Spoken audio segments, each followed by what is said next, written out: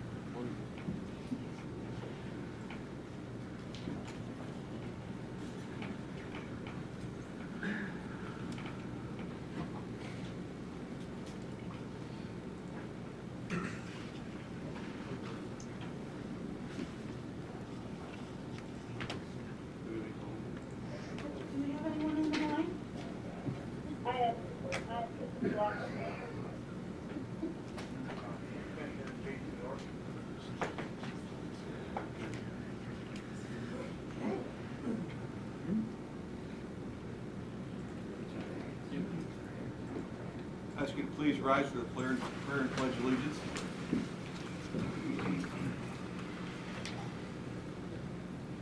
Eternal Father, we thank you for granting us another day of life.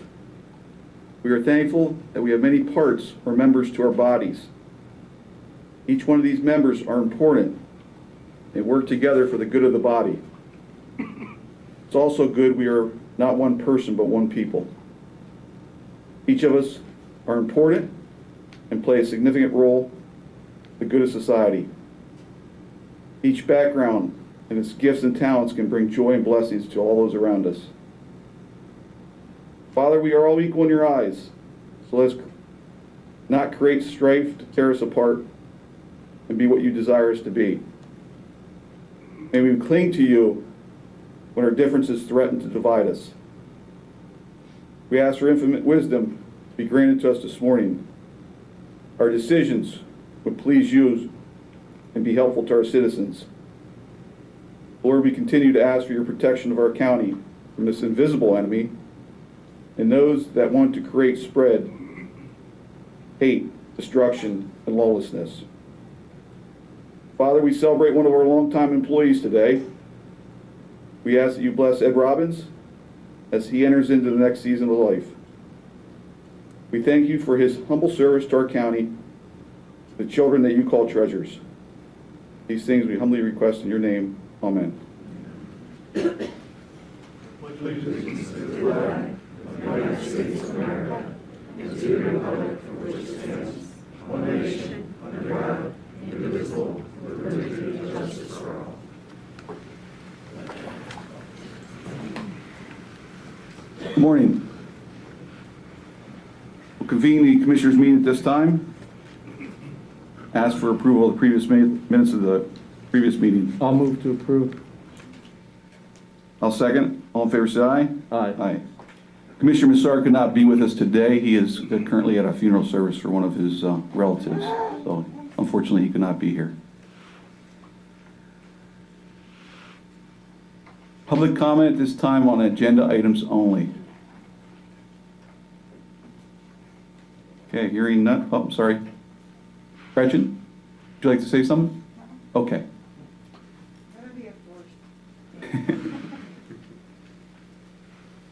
Okay, we're going to start with 2.0. Today we're recognizing Ed Robbins for his retirement. His service year, he started May 19th, 1986, and July 10th of 2020 is his last day. And Judge McCoy, some words. Good morning, Judge. Good morning. Thank you, Commissioners. We're here today to honor and recognize Ed Robbins, who's been employed by Lycoming County in the Juvenile Probation Office for just a few months longer than 34 years, and has been the chief for the past 22 years.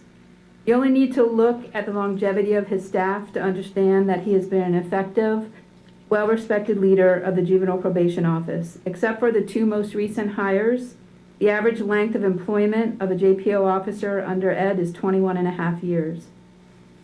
I've only had the privilege to work alongside Ed as his administrative judge for just a little less than 2 years. But I was lucky enough to step into that role with an office that is extremely well respected across the state, which evolved under Ed's leadership. I've asked both retired Judges Gray and Keyser to speak today about Ed. Both these judges had the opportunity to work as Ed's administrative judge for many, many years. I've also asked Matt Minier, Ed's deputy chief, to say a few words. Matt's worked in the office alongside Ed for 20 years and has been his deputy for the past 12 years. So we are going to start with Judge Gray.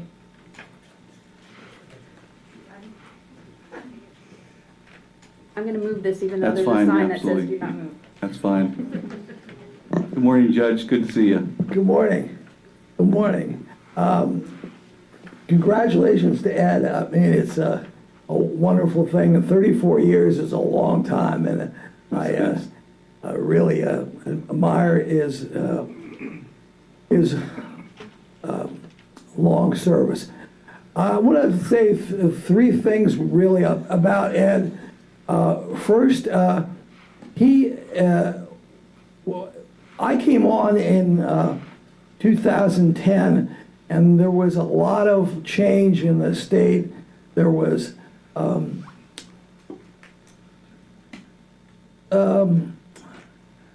don't know how to say it.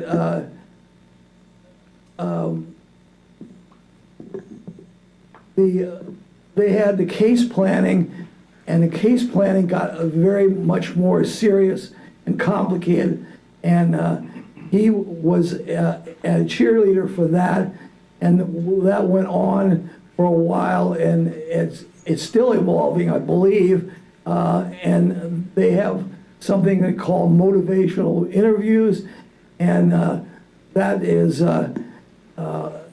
important. Ed was on top of all these things long before the big counties got to him, and that made us a reputation of being forward.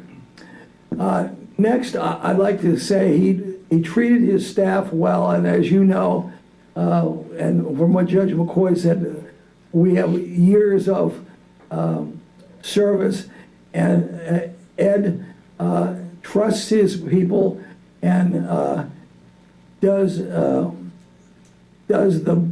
most he can to back them up, and I think that's a wonderful thing for a leader. And the last thing I'd like to say is he is someone who cares a lot about the youth that he serves. He knows the cases, knows the kids, and is just on top of that. And I've always been impressed with his knowledge of not only the rules and his staff, but the kids that we serve. They're not always the most charming people, but they are important, and I just want to thank Ed for all his work. Thank you, Judge.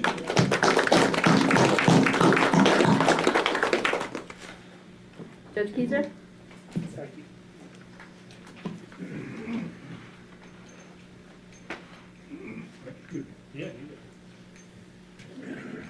Morning, Judge. Good morning, Commissioners. Good morning. Ed and family, and the rest of the group and judges. Good morning. I want to just take a few minutes to explain why my selection of Ed as the chief of the Juvenile Probation Office may be the most noteworthy thing that I had the privilege of doing as judge. But when Ed came on, I'd been in juvenile court 2 years, trying to follow in the footsteps of remarkable Judge Thomas Relp. And, I was struggling. And then Harry Jones, our long experienced JPO chief, left, and we had to do a selection, and that the candidates were good. We had great staff, and several people from within the staff were applying, many with more longevity than Ed. But nevertheless, Ed was impressive in his desire for education and making himself better, as well as his proven work with the kids, made the choice, well, difficult, but it made it clear. At that time, Pennsylvania had gone through an election of a governor whose one of his primary campaign things was he was going to do something about the spiking violence in juvenile crime. And there was a great big shift that had just started where instead of protecting the juvenile, if you will, Governor Ridge led us into an era that we were going to protect the community, that we were going to hold the youth accountable, and we were going to somehow increase their competencies to make them useful people. Ed stepped into that challenge, and he, again, as Judge Gray just pointed out, way ahead of the curve. One of the first things he said to me, Judge, you got to start using evidence-based result programs. I said, what are they? Well, he had the answer. They were programs that, despite their cost or whatever, had proven results, statistically proven that this particular method would work with this particular type of child. And that was something new coming on, and he got it. Some of those things that led to was just a revamping of some of the things we did. He had such a great relationship with all the school districts in the county that we were able to get juvenile probation officers in each school. And there he got those officers, not that they weren't doing a job before, but he got them out. They were on the street. They were with the kids. They knew what the kids were doing. And they had built relationships with the kids that had led to, just really great results.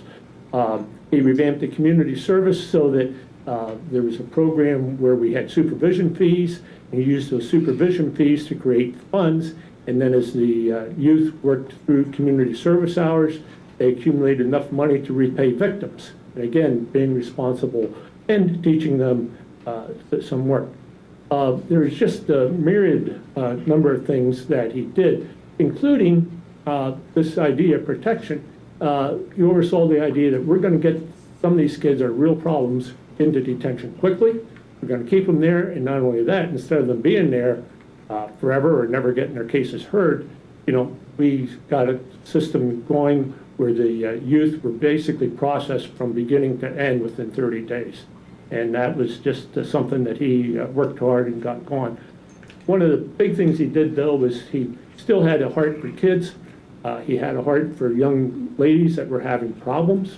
And he led us into finding the nurse-family partnership that became established and just has done a tremendous job of reducing the problems and delinquency of young ladies in our community.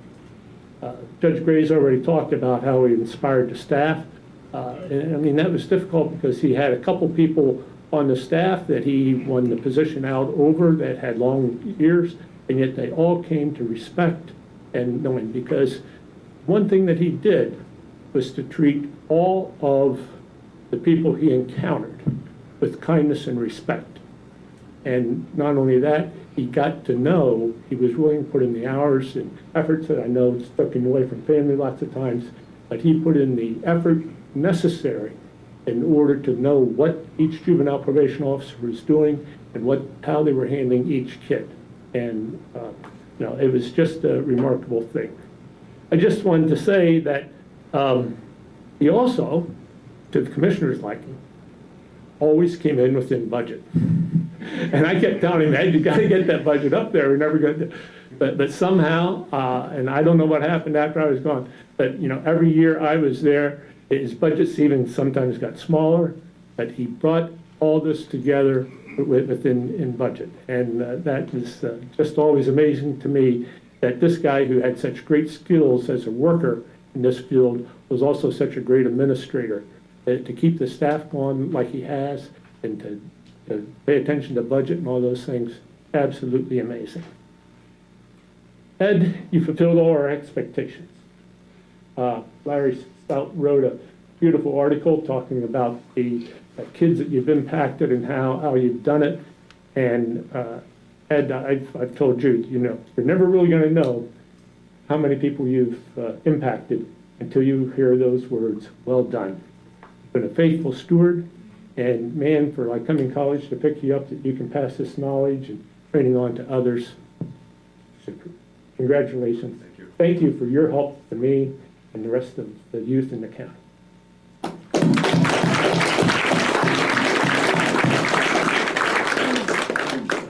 Deputy Chief.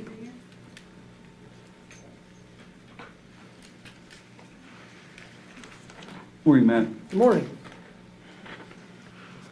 All right, well, I'll actually start with the budget, because I consider Ed to be, and I've said it quite a few times recently, is kind of a wizard with the budget. For the taxpayer, he is very conscious of how much money is spent and worked hard to keep that in mind when he's doing it. It's a complicated budget. We get funding sources from many different places, and sometimes the placement budget is very high and different sets of commissioners. It's difficult to understand.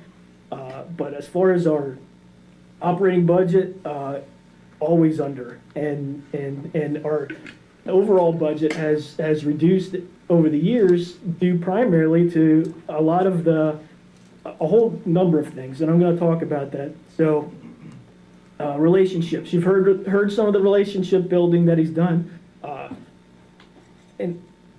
Relationship building with children and youth, where a lot of our funding comes from. Relationship building with mental health and community providers, schools. All those relationships help to further the work that we do. The judges talked about evidence-based programming and that transition.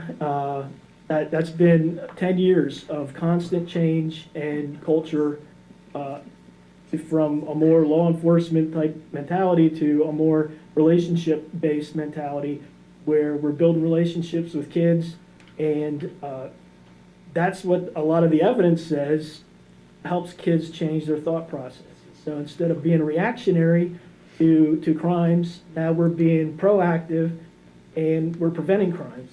If we can change the way kids think from a more criminal mentality to a more I don't want to say normal, or what some of the non-criminal thinking, then it reduces recidivism, and we've seen that. Our numbers on recidivism are some of the best in the state. Our caseloads have reduced as a result of that, and we're able to work more closely with the kids in one-on-one sessions, longer sessions, and again, it's preventative. It's not reactionary, it's proactive. Finally, he's a good boss.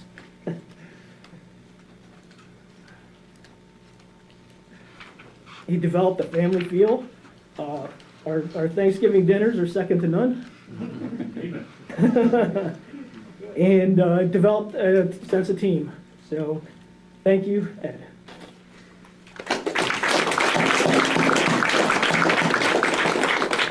Ed, would you like to say a few words? Yes.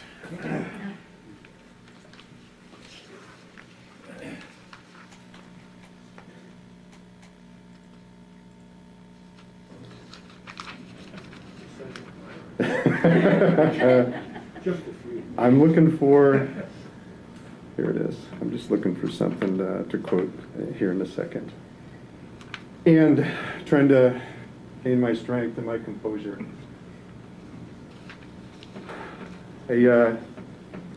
This day is turning out to be one of the best days of my life.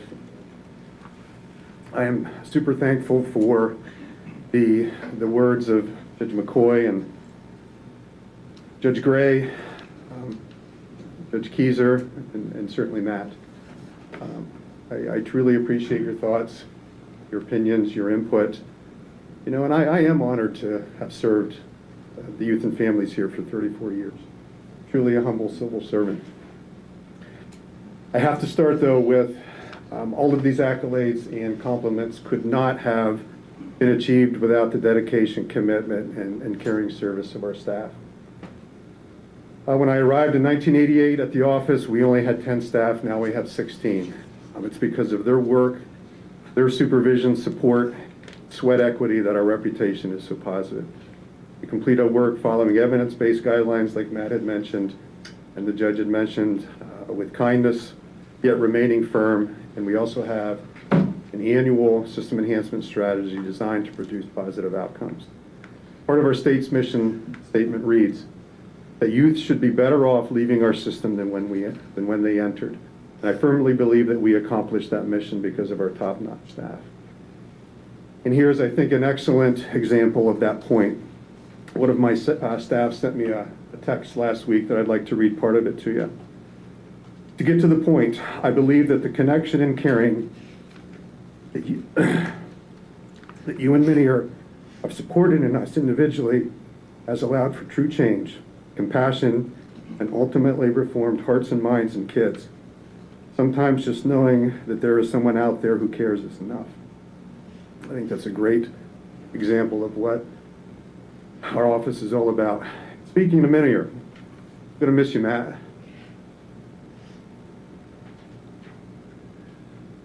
You've been competent, steady, our JJSCS trainer, always there for staff, my sounding board for over a decade.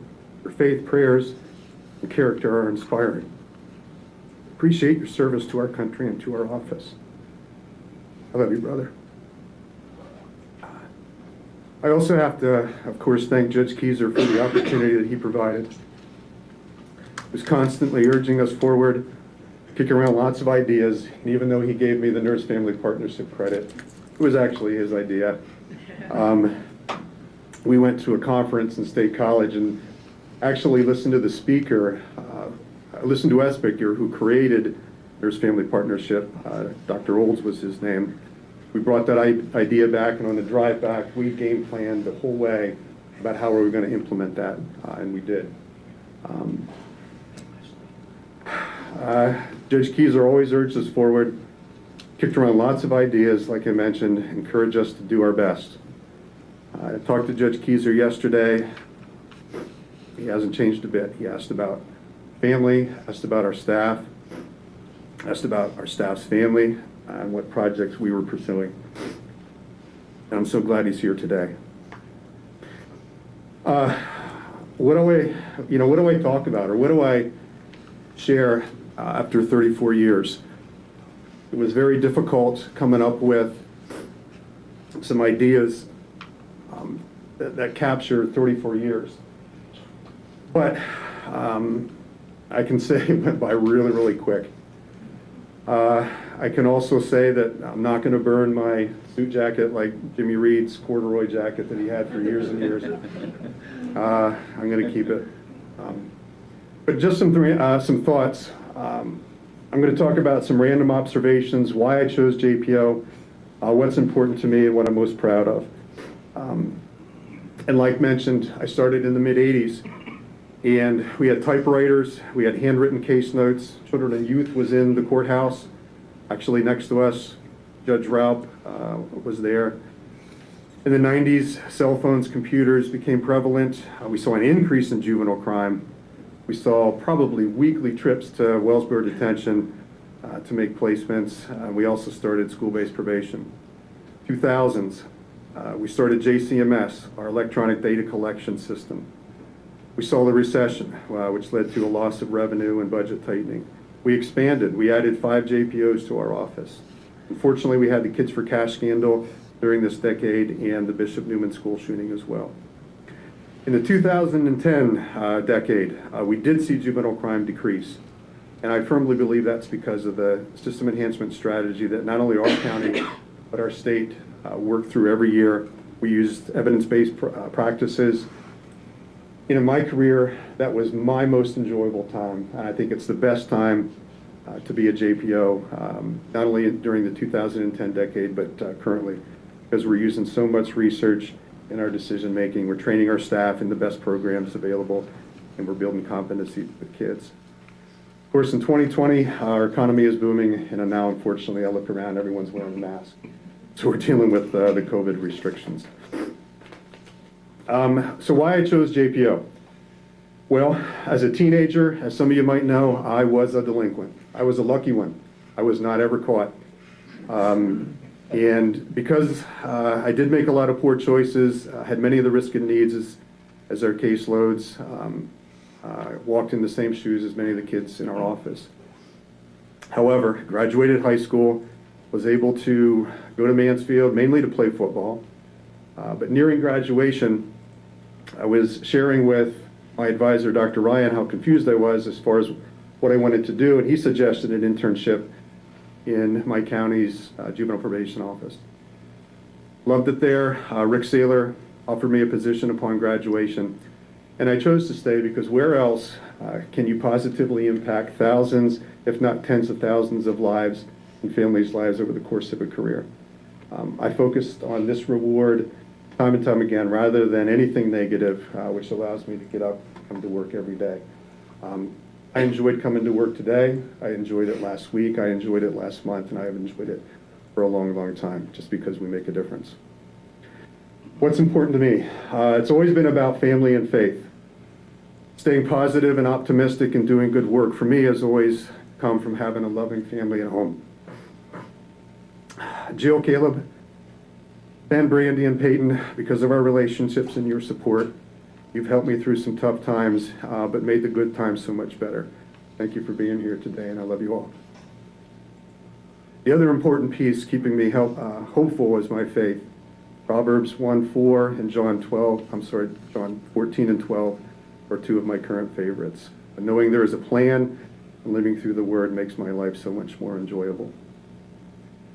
What I'm most proud of, as mentioned, our positive relationships we have with our school staff, with the school resource officers, with our treatment providers and other professionals is so very rewarding, and I'm very proud of that.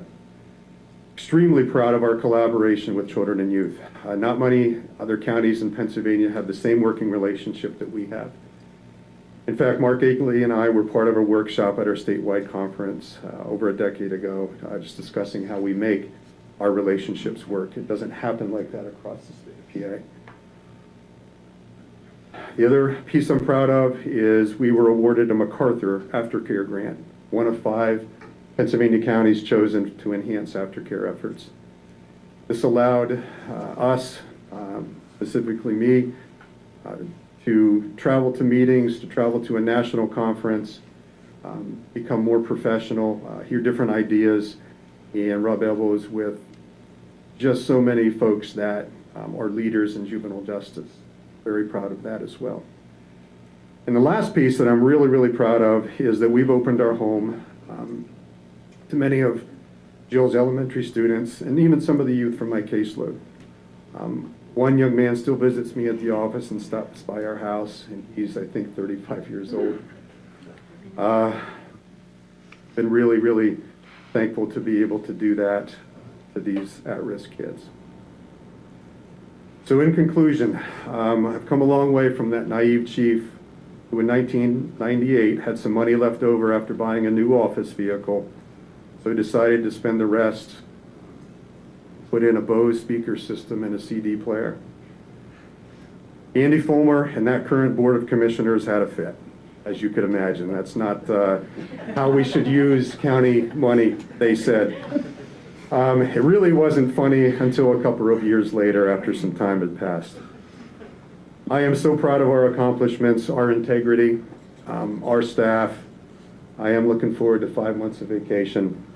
I am looking forward to starting work over at Lycoming College full time. Remember, every day is what you make it. And I'm going to miss working and serving with all of you. Thank you.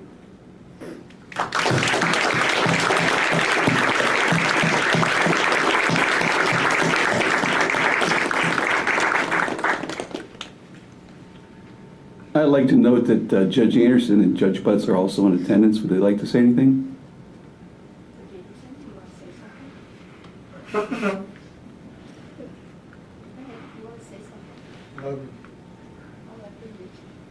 Judge, could you come up to the microphone, please? Just so that everybody can hear you. Thank you very much. One of the impressive things about our juvenile justice system is that I think the goal is always to provide youth with a plan for success. And sometimes, when you very early on stamp them with a felony, it really suppresses the ability of that youth to gain success. And I think we take a very measured approach and have always gone in with the idea that these kids are salvageable. And it doesn't always work, but I think that the number of successes far outweigh our failures. And I think that our juvenile probation office, unlike many others, keeps their eye on that goal, and I give them a lot of kudos for that. Thank you. Thank you.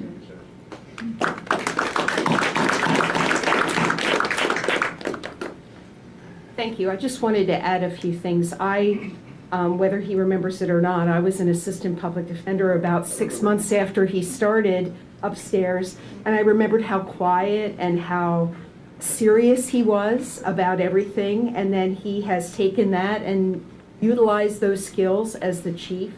And just in following up with what Judge Anderson said about the eye towards never thinking that anybody's a lost cause, that there is something that we can do to help these youth to be able to be productive citizens.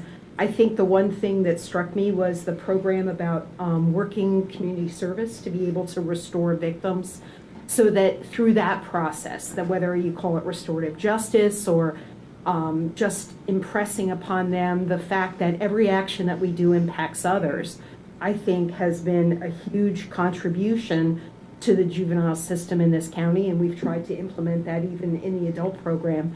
And I'm also fortunate, I'll be personal about this, that our families have been connected and will continue to be connected in the future because my son and Ed's youngest son are going to be roommates in college in the fall. But that's the one thing that I think we overlook. We hear about all these great qualities of, evidence-based programming and great teamwork, as his deputy chief has said, but he's a quality person, and he lives that every day and brings that with him. And he has that support from his family, and he treats his staff with that same respect. And I think that that's something that we can never minimize, that we always want to encourage the longevity. And as someone who's worked for the courts for a long, long time, it's nice to be able to see people still doing that. That's what makes Lycoming County 29th Judicial District a great resource for this community. So thank you for the opportunity to say thank you to you, Ed, for all the service that you provided to Lycoming County. So thanks.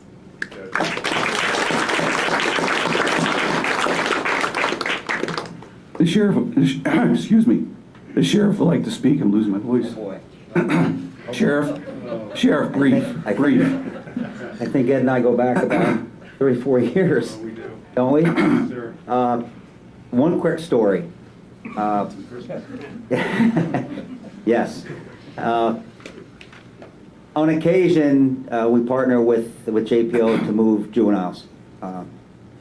They do the risk assessment, the threat assessment, and we certainly assist them when we have to move juveniles that we don't prefer to move but are higher risk. So this particular day, there was a case that was being worked on in juvenile court. Juvenile very typically will call us, give us a heads up, and we'll begin to work logistics if it's a movement out of the, because typically they're out of the county. So we were aware of it, that it was coming that day, and as it would typically be the case with the way the court system is, sometimes it doesn't go as fast as we want it to go because you have to take care of certain elements of the process. It gets to be late. It gets to be about 4:30, 4:05, almost the end of the day, and we have to move this juvenile. I happen to be staying late, and I said, I'll do the transport.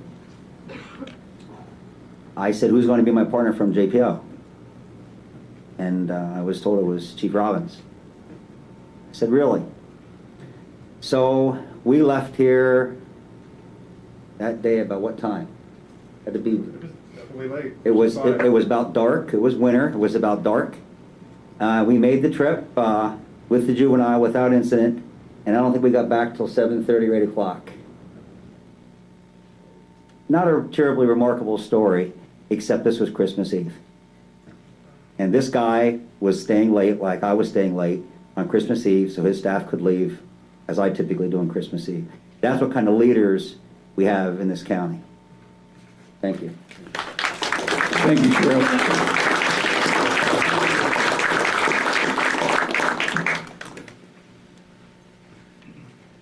So I've known Ed for 3.5 decades.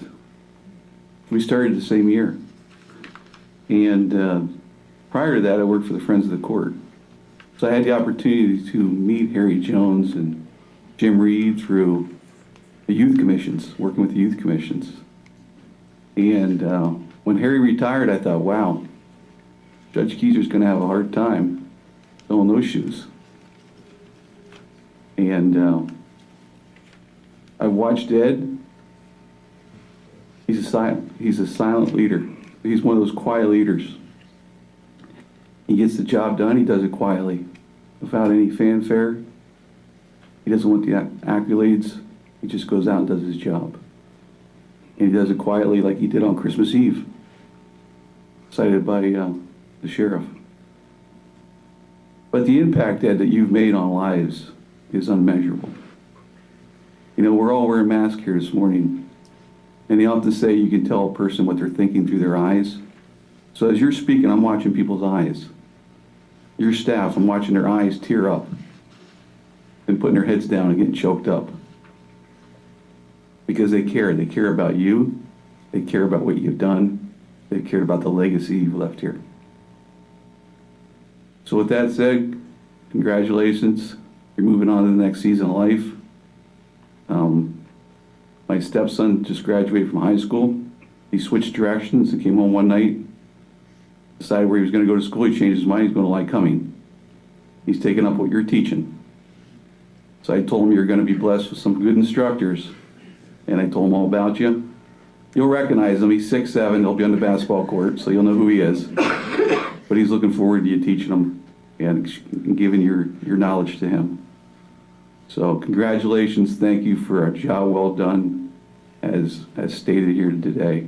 We've been very blessed to have you. The different departments you've reached out to, the innovative ideas that you've brought, the vision you've brought to that department is the reason why the budgets remain low. From your staff, the hard work they've done, and the numbers were going up at one time, but they've stayed low for a long period of time, and it's due to credit you and your staff. So thank you to each one of you, and good luck, and God bless you. Thank you, Commissioner.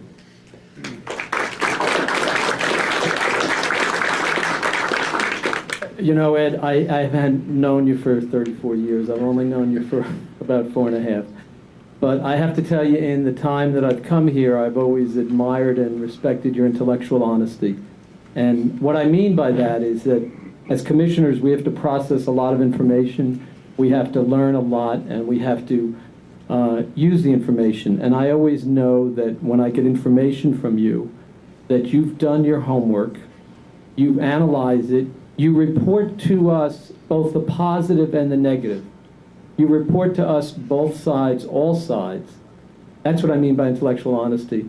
The capacity to do that, when it may put at risk even us doing what you want done, is a true blessing for the people in the county, because it empowers us to be able to make decisions based on what you do. You know, I told you the other day, I admire and respect your genuine passion for children. It's easy for all of us to love children who excel, children who follow the rules. And I'm sure Judge McCoy knows this more than anyone. Children who come before you who have done everything they're supposed to do. Harder to love kids who don't do that, and who seem in the eyes of everyone else to be failures. And so I admire and respect your ability to see that in them, but to also see a way towards bringing that out. And that's a real gift. And I want to thank you and tell you that I admire you for being a voice for children who don't have a voice. Those are the kids. I say to kids oftentimes who I talk to who are going on to college, you're going to be successful. You're going to be fine. Our job is to make sure that we help the kids that you've helped. You know, lastly, thank you and Judge Keyser for the Nurse-Family Partnership. It's a shame that today we still have to fight to fund that program. And every year we have to fight in the state legislature, but that program takes mothers before children are born and teaches mothers and fathers and families how to build the bedrock to be able to raise children that feel good about themselves and make a contribution.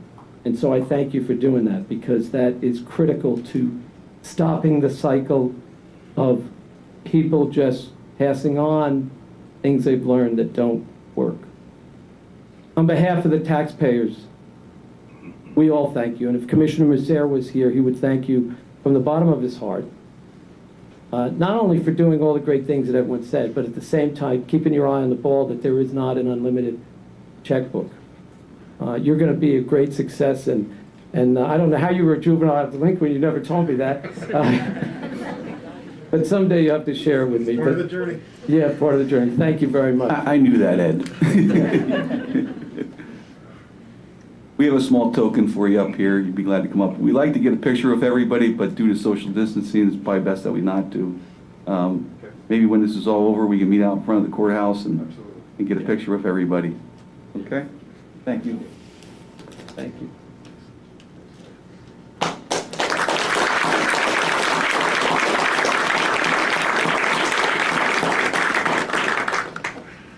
And thank you for the staff and the judges that were here today. We appreciate everything you do and have done. And again, Ed, thank you and God bless you. Thank you.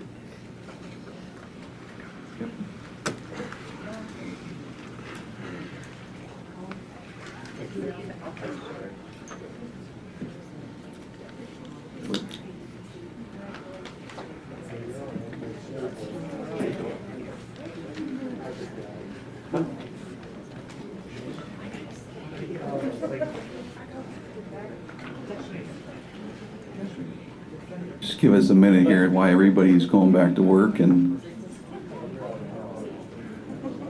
we can move on with the meeting then.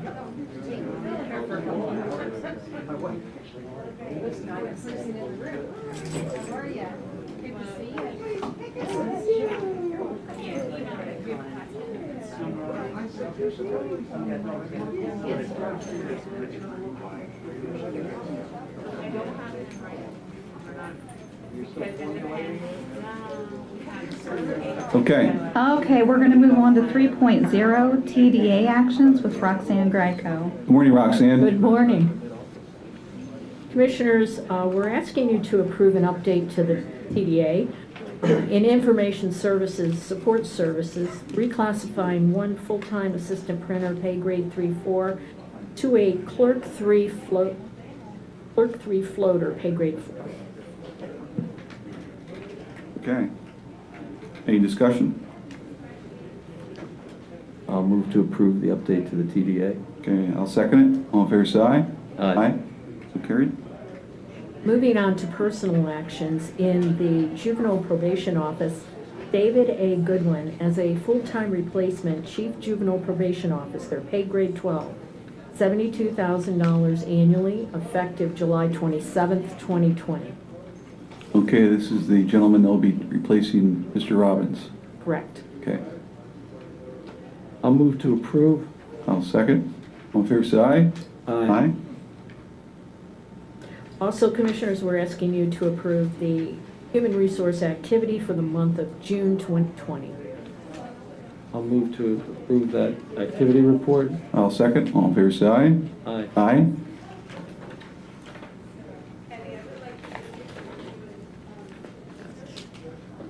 Recessing the Commissioners' public meeting for salary board actions. Commissioners, we are asking you to approve an update to the salary schedule. The information services, support services, reclassification of one full-time assistant printer, pay grade 3-4, to a clerk 3 floater, pay grade 4. I'll second All in favor, say aye. it. Aye. Aye. Thank you. Thank you. Reconvening the Commissioners' public meeting. Informational item 6.1, Krista McLaughlin is on the phone. Krista? Morning, Krista. Good morning. This informational item is just an update to the CDBG Community Development Block Grant CARES Funds. I just want to make sure that everyone is aware that this is different than the much larger pot of block grant funds that the county has received and which needs to be spent by December. This is a community development block grant as a response to COVID. And what has happened is the state has extended the deadline to apply for those funds that have been allocated to Lycoming County from July 31st to August 31st. So because of that, we are adjusting the schedule for the project selection and the final public hearing, as well as the resolution to submit the application. So those dates have been changed and pushed back so that we're able to fully develop the projects that the commissioners will select and make sure that we're identifying the best projects in the county to provide services and other items to the citizens of Lycoming County who've been affected by the COVID pandemic. And so the new project selection and finalization date will be July 23rd. That is in 2 weeks. And then the final public hearing will be on Tuesday, August 11th. And the resolution to submit the application will be an action item on Thursday, August 13th.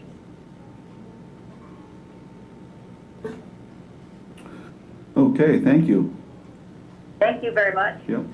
Have a good day. You too. Okay, action items. Maya Toon, 7.1. Where are you, Maya? Morning, Commissioners. This is just our quarterly award that we did for food products. They'll be awarded as noted on a per item lowest cost basis. Okay, thank you.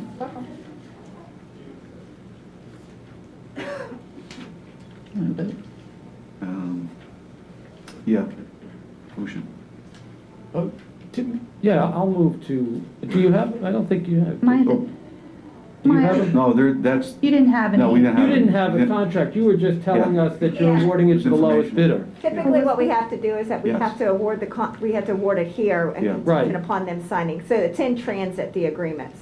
So they need to vote. Yes. Yeah. Yeah. Yeah, okay. Yeah, Yeah, I'll move to approve the awarding the bid for the products to Feasers Inc., Cisco, Central Pennsylvania, and Kiko Distributors. Okay, I'll second that. All in favor, say aye. Aye. Aye.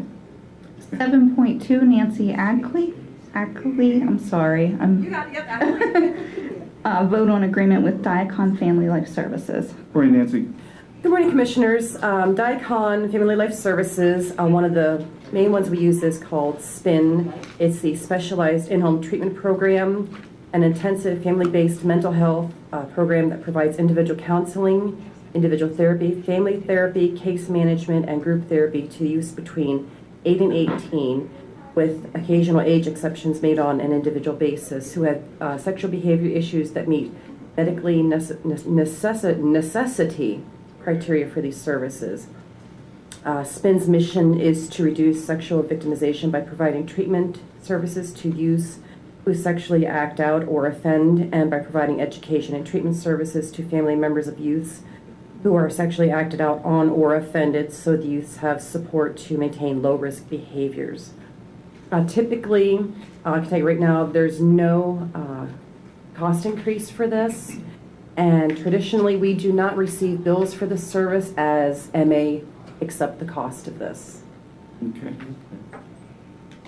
Nancy, I want to note that you have been one of the county employees. There's been many that will negotiate contracts and prices, and what you've done has been a tremendous cost savings to Lycoming County. Some of the contracts that you've said, no, we're not going to go with that, and you go back to the table and you negotiate with them, and then you've brought down a lot of contracts drastically. We've had several departments that do that, but we want to thank you personally and the other department heads and individuals that work for the county that do that.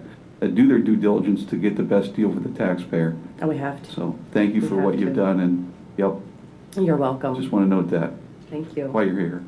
Nancy, you mentioned that MA or medical assistance pays this. Yes. With the kids who are not covered under medical assistance, the private insurer, or is it due to the fact that they are youth and they're covered under the CHIP? I think it's their circumstances. Most of these children are already in the system. Okay. So they have the MA services available to them. Got it. Well, I haven't got a bill, and since I've had this contract, I have not received a bill from Diacon. Okay, thank you. Okay, thank you. You're welcome. Have a motion? I'll move to approve the contract with Diacon. Okay, I'll second it. All in favor, say aye. Aye. Aye. So carried. Thank you, Nancy. Have a Thank good you. day. You too. 7.3, Ed McCoy, vote on furniture purchase for the adult probation office. Morning, Ed. Morning, Commissioners. Yes, this is for the office renovation. As you're aware, the construction that's been occurring on the third floor. This has been in the process now for over a year and a half, and this money has been budgeted last year. Actually, with the help of Maya and Kenny George, we were able to come up with this to save some of the taxpayers some dollars. Instead of going to individual offices, we went to cubicles, 6x6 cubicles. With that said, I ask for it to be approved so we can finally get back under one roof. Yeah, we've been in 3 different locations for about probably 4 or 5 years, and it's been difficult to maintain that staff in those locations and to have unity. I noted on Tuesday the cost of office equipment, how expensive it is, and I believe, I don't know how many years ago, it might have been 10 years ago when we put some of the, I think we purchased 2 cubicle units that the clerical had used out front. And I was amazed, they were like $8,000 to $10,000 just for those individual cubicle units. Well, I can tell you, Yeah. and Maya can attest, if we would have went to 6 to 8, it would have raised the price of that cubicle to $2,000. You know. That individual cubicle. Okay, thank you. You know, I know it's been a rough time for the staff. They've been in multiple locations, and you should convey to them our thanks, because by doing it in-house, we were able to save money. And obviously, it takes a dislocation of folks. You know, one of the things I mentioned, a constituent asked me about this, and I explained that when you're dealing in, whether it's juvenile probation or adult probation, people need privacy with their clients. And it isn't an ability to just go into a open room. You need to be able to talk to people privately about what they're doing. And there also was a question that had been raised about furniture that was purchased last year, and I explained that, actually it might have been the year before, I had suggested that with the bed bug infestation, that it was important for you all to remove the cloth chairs that you had in the adult probation office. So this is a long-awaited project, getting this done, and the furniture is one part of it. So please convey to your staff, Mr. McCoy, that we appreciate, and you, that you've led them through that. And I would like to thank, like you said, Commissioner, the maintenance department. They've been outstanding throughout this whole COVID ordeal, but they've really done a nice job, and you know, the taxpayers should be proud of that maintenance department. Just alone, I can't imagine what prevailing wage would have cost the taxpayers had we had contracted out. So yes, they did a nice job, and there is a cost savings. And I don't see Mr. George here now, but He was here he earlier. I was was looking here, for him, yeah. and You know, kudos to him also for leading that effort. So I'll move to approve the supply source contract. just real quick, that's an excellent point that you brought up, Commissioner, about the privacy. That is so important. Yeah, and if you have a chance to go over and look, and again, with the help of Kenny George, we have now, instead of bringing defendants back into our own workspaces, we had made 5 different interview rooms that have that privacy. So yeah, it's going to be a really nice setup, you know, for the office for years to come. That'll be great. That building was constructed in 1970, and I worked there from '86 till 2018. And I believe the time I was there, There was never any renovations to the probation office. The third floor of the buildings, it was the same. They would change the walls to equip the office staff and what was moving in and moving out, but there was nothing ever done. I remember I think one time in the 32 years we had our carpet changed. I remember under Jeff Whiteman's desk, from him wheeling and back and forth, it was down to the bare concrete. And he actually said, I'm going to trip over this carpet. So we had to get the scissors out, cut the carpet out so that he wouldn't trip. And so it's repairs that needed to be done. Thank you, Commissioner. Thank you. So you have a motion, I'll second it. All in favor, say aye. Aye. Aye, so carried. Thank you. 7.4, Jason, actually 7.4, 7.5 is Jason Yorks. Jason, are you still on the line? Yes, ma'am. Okay. Morning, Jason. Good morning, Commissioner. Morning. Good morning. Item, I guess I'm now, 7.4 is this? Yes. 7.4, the change of order number 4.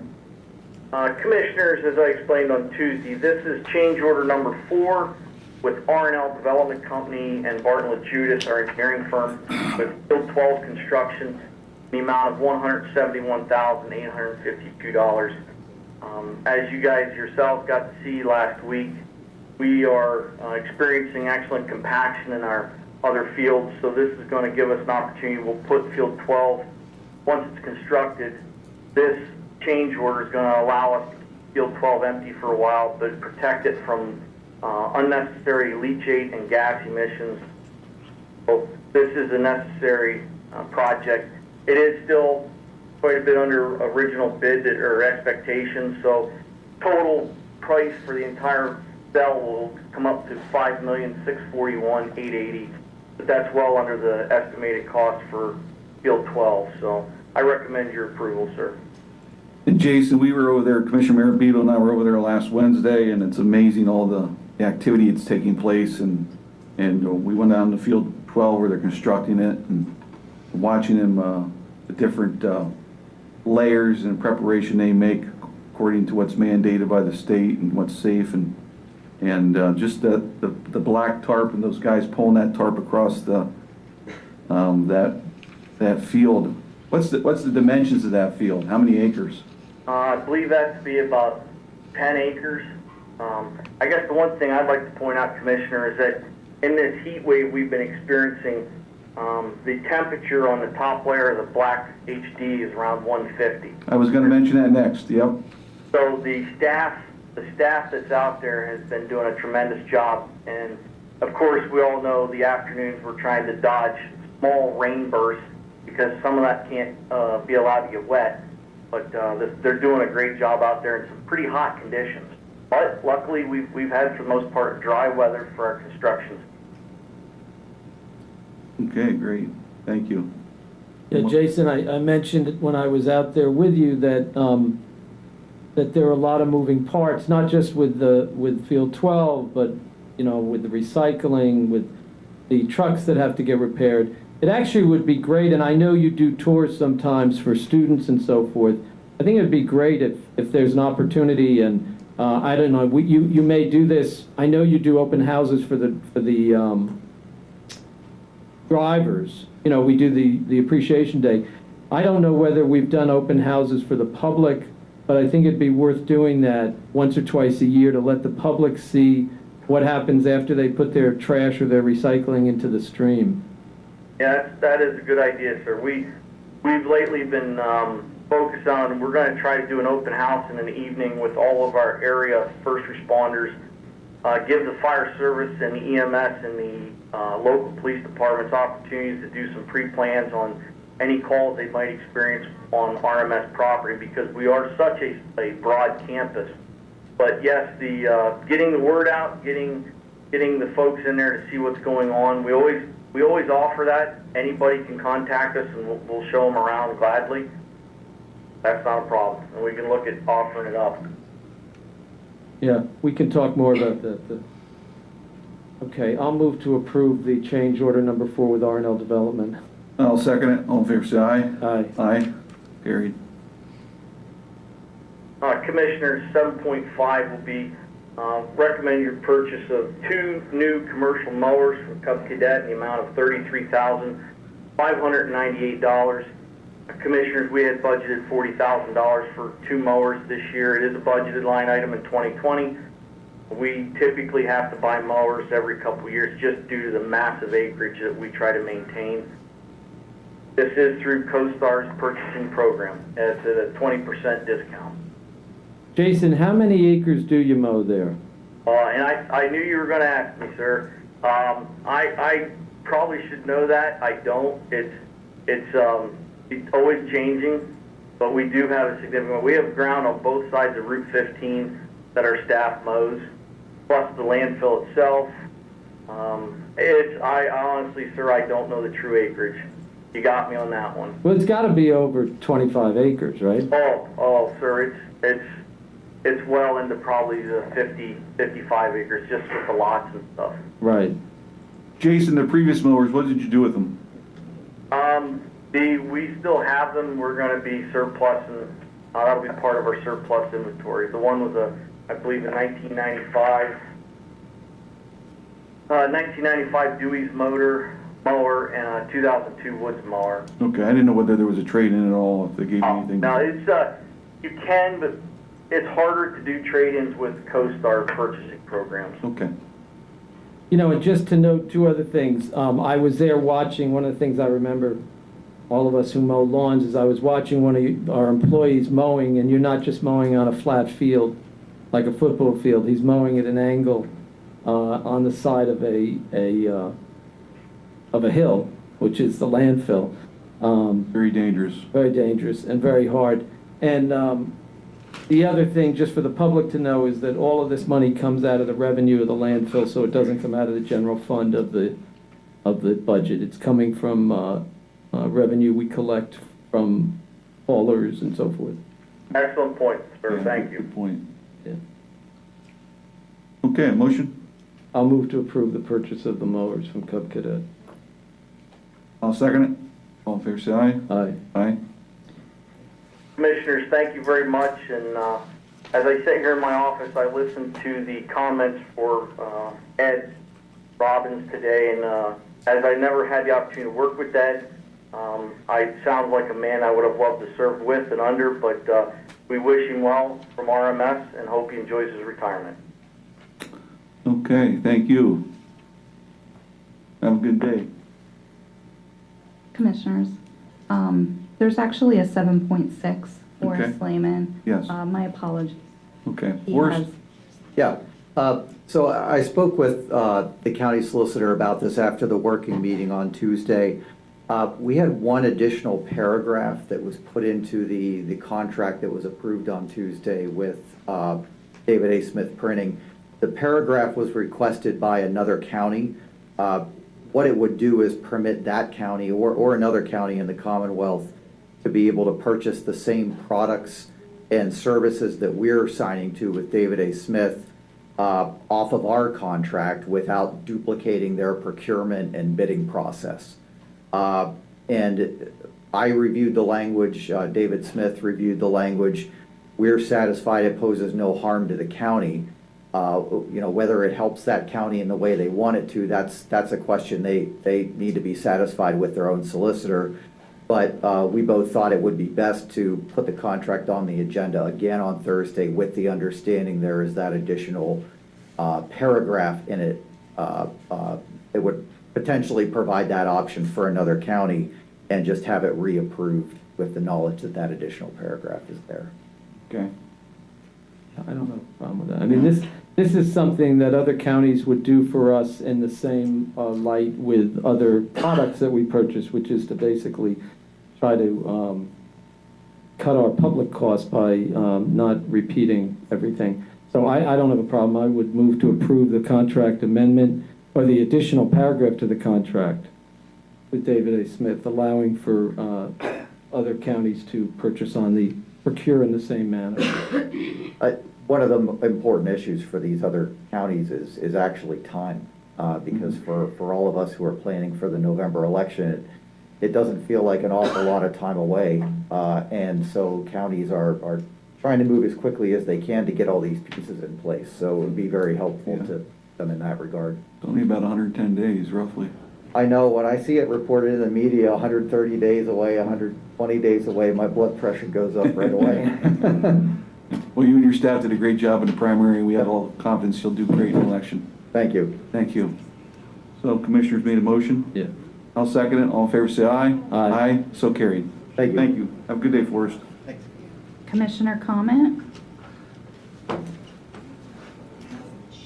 ahead. Do you have any? Go ahead. I don't have anything right now. No? I'm not, well, the only thing is, I noticed we have a meeting next week on Tuesday. I noticed we have a meeting next week on Tuesday. I think it would be good if we sat this way with our work sessions. First of all, it allows us to socially distance. Remember, last Tuesday, I was back here, you folks were there, you can't hear. The other thing it would allow us to do would be to live stream the work sessions, which would allow people to see, and I know you have some suggestions about changing the schedule so that, but I think it'd be good for us to try to do that on Tuesday. Okay. Public comment?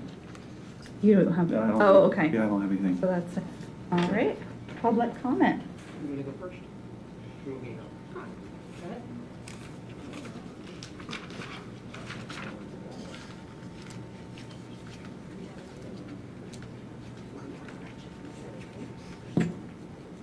Good morning, Commissioners. My name is Karen Koch. I reside at 292 Myers Road in Trout Run, Pennsylvania, Lewis Township. I'm also a property owner of a property located at 17 Ringler Road in Trout Run. I'm here today. I just wanted to do a little bit of follow-up from some words that were shared at the Commissioners meeting last week in order to assure that the county would still be eligible for funds from the federal government, from the state. The county extended the declaration of a disaster for an additional period of time. So I just want to find out if Commissioners, if all of you have read this document and if you understand it. Again, these are your words, not mine. Whereas it is critical to prepare for and respond to suspected or confirmed cases in Lycoming County and to implement measures to mitigate the spread of COVID-19. Whereas emergency management measures are required to reduce the severity of this disaster and to protect the health, safety, and welfare of affected residents in Lycoming County. And one more little nugget there. Furthermore, we direct the Lycoming County Emergency Management Agency to coordinate the activities of the emergency response to take all appropriate action needed to alleviate the effects of this disaster, to aid in the restoration of essential public service, and to take any other emergency response actions deemed necessary to respond to this disaster emergency. I believe my coworker, Ms. Bainey, will be talking about the spread of COVID-19 now to 5 different long-term care facilities in Lycoming County. I don't know, I guess the proof is in the numbers. Also would like to briefly address Commissioner Metzger. I think you and I exchanged emails about a month and a half ago. You were asking questions about the number of people that reside in the county that may be deaf, that may be hard of hearing. Do you recall those emails? One of the things you wanted to know was, like I said, a specific number. I provided that information to you, and at that time via email I asked you, gee whiz, I hope the county's not basing their willingness to comply with the federal law of the Americans with Disability Act based on a percentage of the population. You assured me no, that was not the case. Yet here we are about 3 months later, we still have no sign language interpreters, we still have no means for a person to participate that is deaf or hard of hearing with clarity. You talk about using YouTube. YouTube is not accurate. YouTube does not reflect who is speaking. YouTube is really, really crappy translation. That's what you get for free. I know a woman who resides in Lycoming County who lives in Jersey Shore. Little old borough of Jersey Shore has been kind enough to accommodate her request and comply with the federal law that says that everybody should have equal access to participate. So again, sir, I ask that the commissioners reconsider their willingness to accommodate people that may be deaf and hard of hearing. And I believe, Commissioner Metzger, that number on the population in Lycoming County was over 10,000 people that may be deaf or hard of hearing. And that's just those that are documented. I'm sure we all know somebody who's still, just speak up. Everybody mumbles. It's not them. So again, your willingness, based on an article that I had read with some quotes from Commissioner Massar, and the fact that I was present at that meeting last week, it was made very clear that the county doesn't see the need to offer appropriate captioning services, that free YouTube is acceptable. That is really a slap in the face of any person who lives in this county who has a hearing loss, who is deaf, who would like to participate in transparent public meetings. Thank you. Thank you. And Ms. Koch, are you saying that your records show that 10,000 people in the county? I believe that was a number. Commissioner Metzger, I don't know if you recall. Those were emails that you and I had exchanged directly. There were some emails exchanged. I was just curious. I had no outcome on what my thoughts were about funding. No outcome, period, No. as we see right now. Right. There's been nothing done. Excuse me. There are things being done, okay? I am the one out of the 3 commissioners that asked for this to be put on the agenda last week so we would have a discussion. Right. Okay. I am the commissioner that has been actively talking to Jerry Kennedy about how we can do this. I was the one that was actively on the phone the other night at 10:50 p.m. talking to a local radio provider about a station he has and what his capabilities are for hearing impaired people. So I have not ignored this, okay, as your statements have said, okay? I am behind the scenes working on this to try to accommodate the request for hearing impaired people, okay? Okay, it's not impaired. They're people that are deaf or hard of hearing. Okay. They're not impaired. All right. They just don't hear. It's not an impairment. Okay, I'm trying to accommodate that population. Okay, but based on what you said last week at the meeting, it was felt very clear that no, there's no attempt to do that. That is not true. Okay, so what was said last week was we talked about the live stream, okay, initially, way back a year ago, and the controversy whether it was going to come into place. Okay, that was one thing. Commissioner Mirabito voted for it, Commissioner McKernan voted for it, Commissioner Marsar voted against it. At that time, I didn't see there was a need for that, okay? But over the course of a year has changed. Okay, we've had COVID. We've seen how important that video has become. So I see the need for it. Now that we see it, it's helping people that have disabilities and it can assist them. So the view of this has changed compared to what initially it was. Okay, I have no intentions of getting rid of live stream at this point. What I'm saying is a year ago, I didn't believe it was necessary because I felt the county was very transparent in what they were doing. Okay, the reason why that was brought up is we have to be more transparent. We have to make sure that more people are out there seeing what's taking place behind the scenes. Okay, I'm very transparent, but I have been working on this behind the scenes, Karen. Okay. Okay, so your statements are inaccurate. No, what I stated was that we began this conversation back in March, and here we are in July, yet there has still been the conversation started in April. I apologize. I stand corrected. I'll have to look at my emails. Middle of April, okay? And I find this to be important. As much as you don't believe it is, I do, or I would have not asked for it. If it was important, it's been 30 years since the ADA was okay, that's something that made happened. law. Yes. Okay, 30 years ago. So if it's important, how many years does it take to comply with federal law? To allow transparency, to allow everybody to participate. Karen, things are continuing. 90 days with the county. Things continue to be done via YouTube. There is no way for a person to know what was said. The captions are not accurate. Your own individual staff, Jerry Kennedy, acknowledged that last week. And we spoke. Yet that's still the only option that people have. And we spoke. So I am here to ask the Lycoming County Commissioners to make an accommodation to comply with the federal law that on the 26th of July has been in place for 30 years. And if you really want to pick at it, we'll go back to 1973 in the Rehabilitation Act. So you've been out of compliance for much longer than 30 years. Thank you for your time.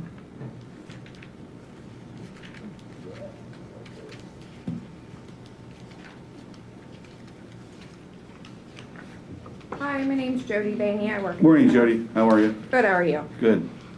Nice to see you. You too. The information I just provided was about TTY. So I noticed in an article last week, it was referenced for people that are deaf or hard of hearing to call the commissioners. But at this time, they don't have a way to do so. Is that correct? Do you have a TTY number or video phone? Jerry, do we have a TTY number?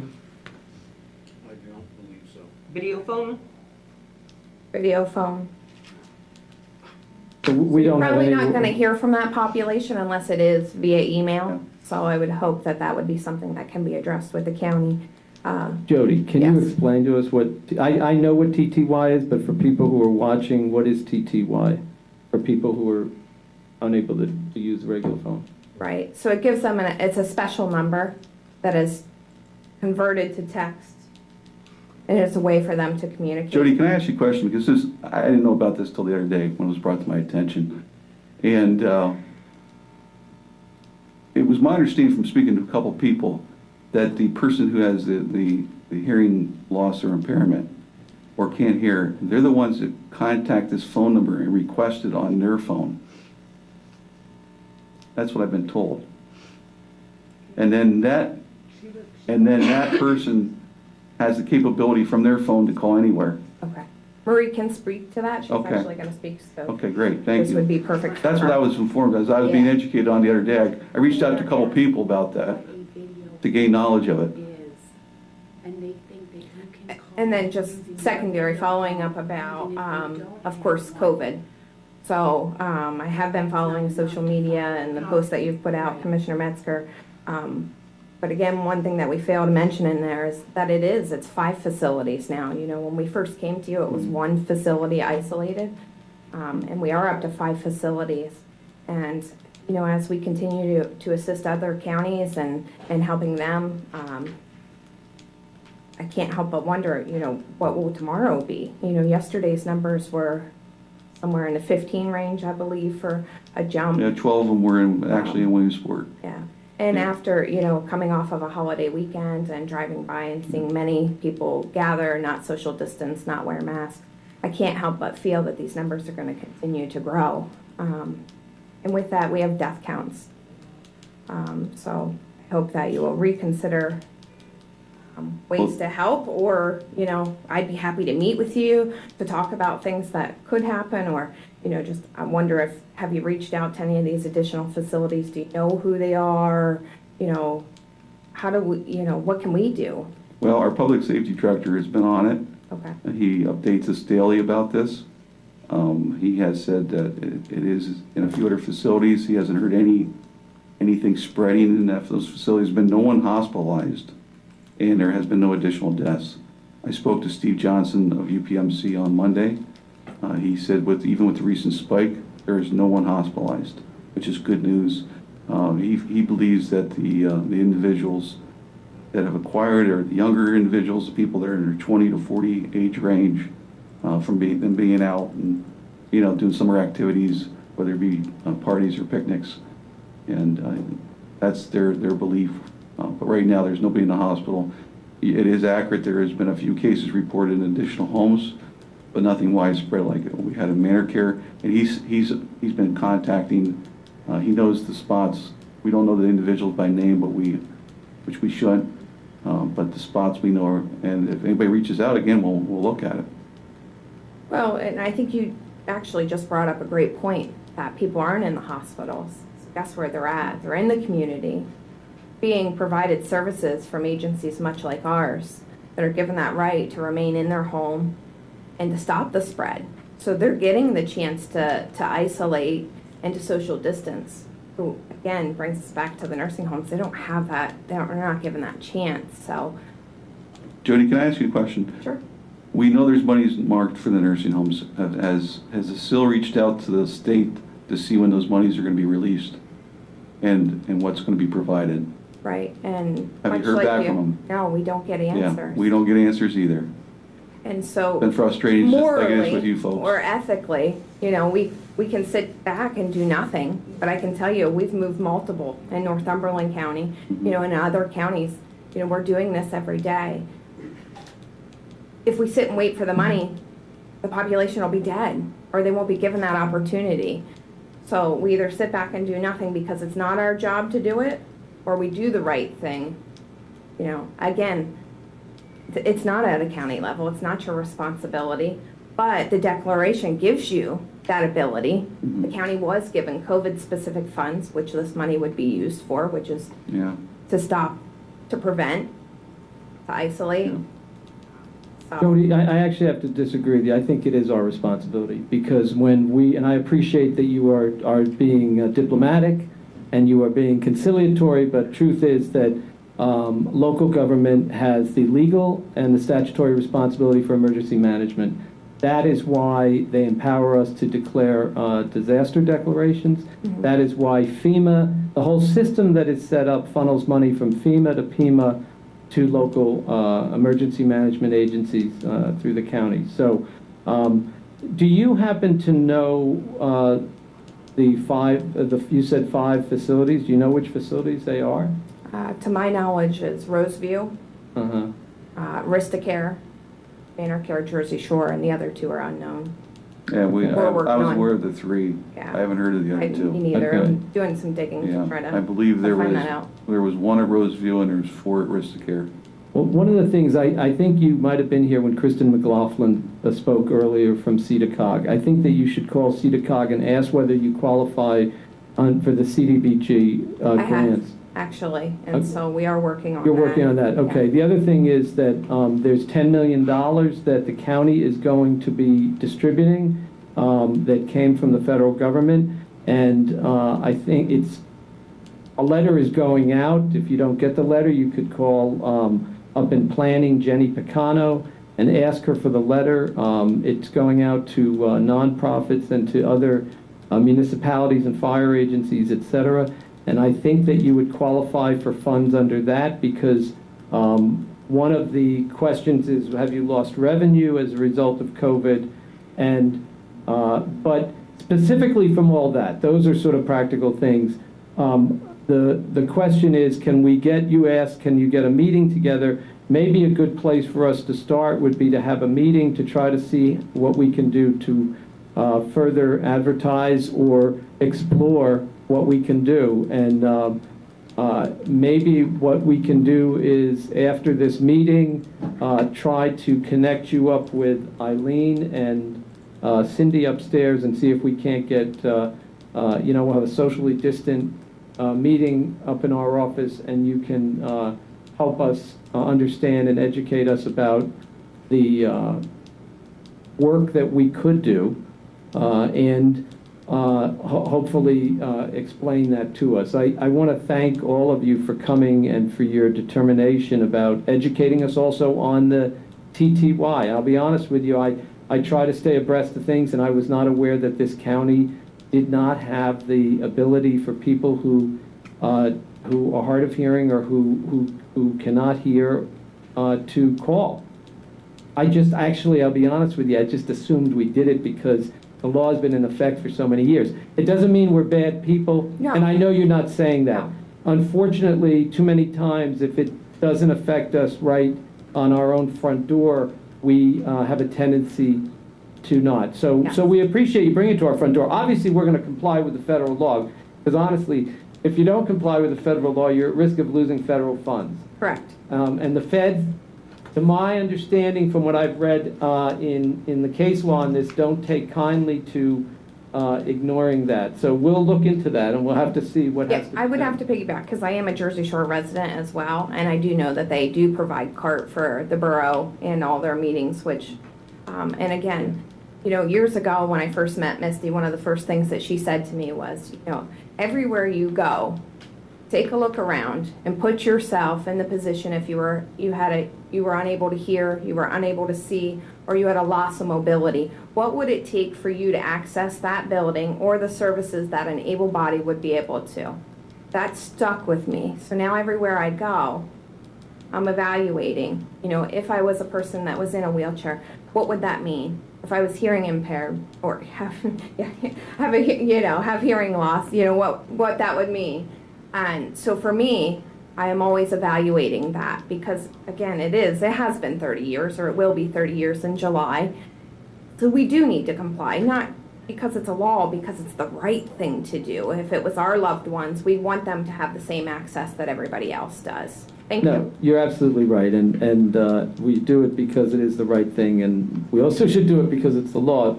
We're looking forward to seeing you on the 26th. I know that Commissioner Metzger and I have the proclamation from the 30th anniversary of the ADA. I think it's the 26th. Yeah. 26 is the... Or the meeting that week. 23rd. We thank you for Yeah. coming, and we encourage you to keep coming and help us. We've also, come on, you step up to the podium, please. We've also invited, we're going to invite Hope and the Children's Learning Center, Development Center. We're going to be, yep. And if everybody's free, Monday, the 27th, from 11 a.m. to 2 p.m. at our building, we are having an ice cream social hot dog cookout to celebrate. It will be our 30th celebration of the ADA. The public is welcome. There is no cost to participate. League of Women Voters will be there. Can you let upstairs, let our scheduler we- Cindy and I, then We'll we put have it on the- our calendar? Yes, we'll have Thank the flyer you. done very soon, and I will make sure that it is sent out. Thank you. Thank That's you. to everybody in the Okay. room. And Jody, I'm sorry, go ahead. Everybody, I'm Marie Prince, and I live in Jersey Shore on Hudson Hill Road, Pyatt Township. Oh, Marie, thank you for your emails. I work with Center Independent Living at Rock Payee Services, Yep. and also staff advocate for our community. I noticed you guys don't have card interpreters or nothing. You saw me just now. I freaked out. I was upset because there was nothing here for me to understand. If you put in your mind and my mind how it felt not to understand what's going on, especially with the mask on. You can't read anybody's lips with I a mask freaked on. out. I panicked. We should know the AD law had passed. Section 504 had passed. They gave me the right to be inclusive to these meetings. Also, YouTube, I checked over there, are not co-captioned also. And I have a friend right now watching it. She doesn't know anything. She's not understanding anything what's going on. We have our right to have these accommodations at these meetings. It's the ADA law. You can't go by it. You can't say no. You have to provide us these accommodations. And I shouldn't have to sit here and be upset and break out with panics and not understand what's going on, especially with the mask. That's even worse. I'm not able to read it. It would be, I respect you guys. I vote for you guys. I pay for taxes. My husband pays for taxes. He works for First Quality. We're both deaf.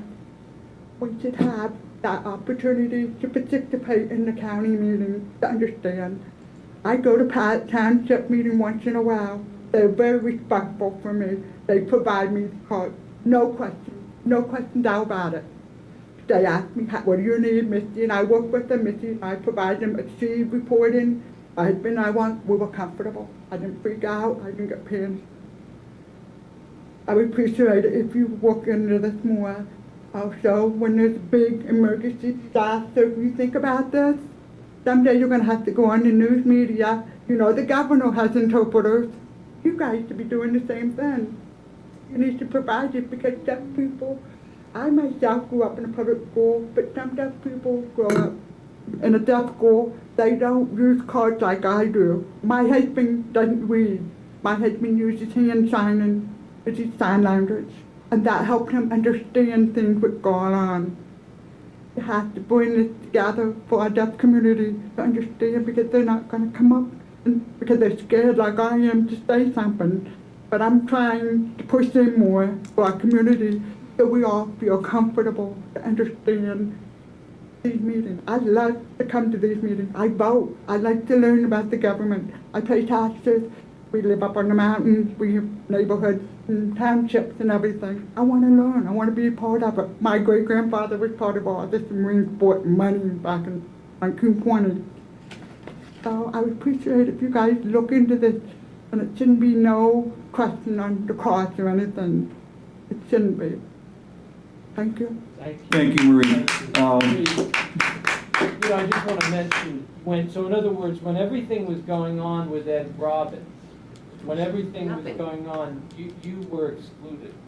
All the judges that spoke, all the conversation about what had happened with juvenile probation, you were basically left out of all of that. If you read lips and you can't see somebody's lips, you cannot participate.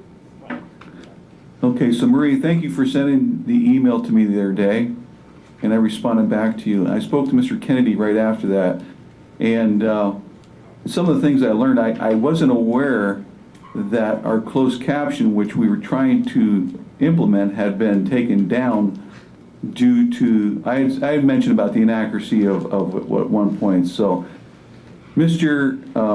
Kennedy had informed me that CART is a broad term. Okay, I thought CART was a specific service. okay? And he told me it's like the word law enforcement. And I've shared this with Commissioner Massart and Marabito and Massart. They weren't aware of it. Commissioner Marabito said, I thought CART was a service too. And it's a broad term, like law enforcement includes, local, state, federal, the ICE, immigration, the SWAT teams. CART is a broad term, and there's services underneath that. So I said to... Information through Office of Deaf of Hard of Hearing in Harrisburg. You can contact them. Yep. And get more information. Okay. So as I spoke to Jerry about this, I said, let's try the box cart this Thursday and see how that is utilized online. See if it's successful. So I think, Jerry's been watching it all day. I asked him to interrupt the meeting if things weren't being trained, because we need to have accuracy. As Marie stated, she didn't understand what was going on because of the mask. So it's important that the words that are going out are accurate. You mean on YouTube? Not captioned. She's asking if my office is not captioned. So Jerry, you've been watching it all morning, correct? For most of the morning, yes, sir. Okay, is it there? On the Boxcast side of it, we're monitoring that. Yes, it is not as accurate as it needs to be. Okay. She's unable to see it, is what she's saying. She was unable to bring captioning up. So it's a test right now? We're testing it behind the scenes. You're doing a CART test and you're saying it's not accurate? Correct. You're using archive captioning and it's not Box. accurate? Box. Oh, okay. Okay. So, again, if it's not accurate, we'll have a discussion. We'll continue to work on this. You may be able to save yourself some time and research and reach out to the city of Williamsport, because they've been using archive captioning so that everybody can participate in all their public meetings. I believe they've already done the research and legwork to determine costs, so maybe save yourself some time and resources. Right, I think the problem is that we have to commit to spending the money for archive captioning. Correct. We know what has to be done, okay? It's not, I don't want to be disrespectful, but it's not rocket science. It's being done all across the country. Correct. We have to commit to spending the money and Commissioner, I have no problem committing to spend the I'm money. not saying you but don't. we have to make sure that if we can get a service that's just as good. But it's the problem. That's the problem. It's not as good. We don't know that until we explore. Yeah. So we're trying to tell you this. We're trying to educate you about this. We're trying to let you know, maybe, like I said, the city, believe me, they tried to save money too, and they did not want to go that route, but after they investigated it, they realized it is legally admissible in court. It is a legal transcript. There's no option, there's no other less expensive feature that is going to give you the quality and accuracy that CART will. They have a live person in every meeting, remotely, participating, and recording everything that is said. It identifies each person who is speaking, what they said, versus the crap that YouTube considers a captioning. Thank you.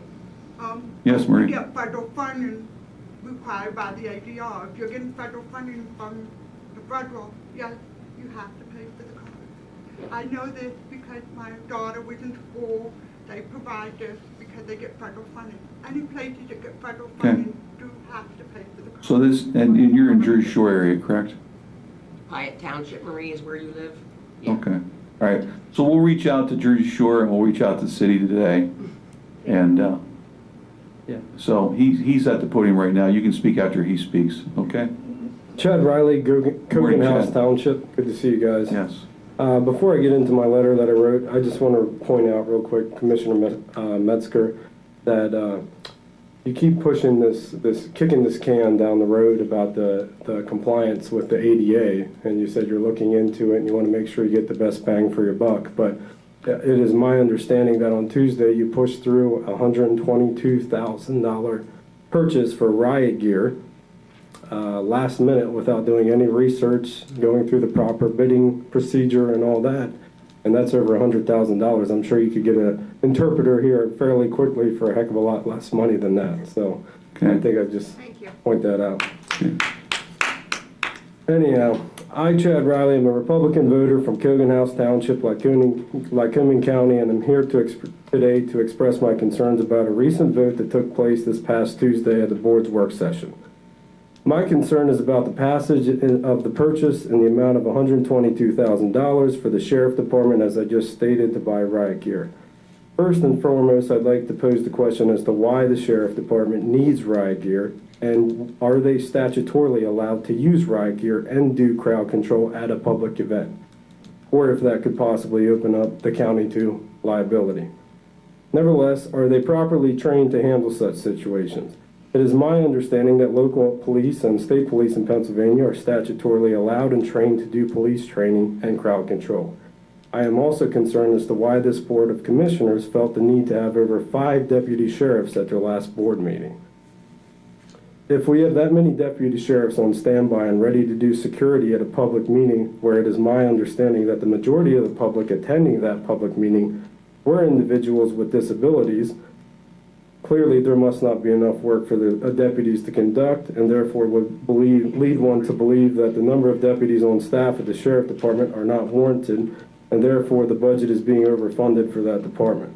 I would also caution and like to point out that having that many deputies show up to do security for a public commissioners meeting can be seen as portraying the wrong message, especially in a time when public distrust of the police is at an all-time high and gives the appearance of the Board of Commissioners trying to scare people away from public meetings by having an overwhelming police presence during doing security at the meetings.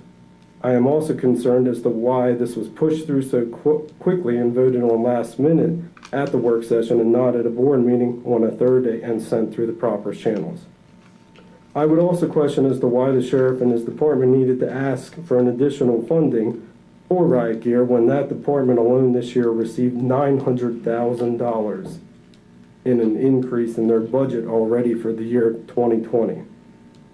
I would also like to point out that the total budget for the Sheriff Department in 2020 is over $2 million. And that doesn't include the $300,000 in funding that the Sheriff Department controls for constables that are paid out of Lycoming County. And they use as well. There was at one time in 2009, just 11 years ago, when the Sheriff Department's budget was only $634,000. So in 11 years, it has tripled in size. And I'd like to know if the county's crime rate is any less or if overdose deaths has declined during that period of time. I'm almost positive I know that answer. The 2020 approved budget overall expenditures for Lycoming County shows an increase in spending of $7.5 million. I would ask where all of this additional spending is going to be funded and point out it was approved before the COVID-19 pandemic, which is now going to burden the county with expenses even more. I'd also like to point out that if you can spend an extra $7.5 million, you can get an interpreter at these meetings for these people. The Sheriff Department received a $700,000 increase. The District Attorney's Office received a $1 million increase. Pre-release got an almost $900,000 increase. Adult probation received a $1.1 million increase, and the prison received almost a $3 million increase. If you add it all up, it almost accounts for that $7.5 million increase in spending. All of this increased spending for this year, and yet here we are adding an additional $122,000 for riot gear in a year where the budget is already tight, and that department has clearly received enough additional funding to fund this purchase. To put this all in perspective, Lycoming County, alongside the counties of Adam, Blair, Lawrence, Lebanon, Mercer, and Northumberland, are fifth-class counties. To qualify as a fifth-class county, you have to have 90,000 people at minimum and a maximum of 145,000 people. Lycoming County hovers between 100,000 and 110,000 people every year, nowhere near the top of that population bracket. Adams County Sheriff Department budget for 2020 is roughly at $1.5 million. Mercer County is $1.5 million. And our closest neighbor Sheriff Department is at $1 million. So as you can see, the closest Sheriff Department's budget to us is over $500,000 less than what our current county's Sheriff Department budget is, which is over $500,000 more than their Sheriff Department in Adams County. And I'd like to point out that they recently dealt with a riot situation in Gettysburg as well. And they didn't add $122,000 to their budget. I bring all this up simply to ask, when is the excess spending going to stop? When is the burden of all the costly expenses going to stop being put on the shoulders of the county taxpayers? In a recent Sun Gazette article, it stated that the reason for buying this equipment was to replace old and worn out riot equipment. How can it be worn out if it has been barely used, and when was the last time we had a riot in Williamsport, and where was it used? I'd ask for you to reconsider your spending habits for this year and rein in on unnecessary spending, especially in a time when taxpayers / people who are elected or are struggling, millions are unemployed. Every day more and more businesses are being shut down, and we are fighting a virus that is infecting and killing people. Thank you for your time. God bless, and may God bless Lycoming County.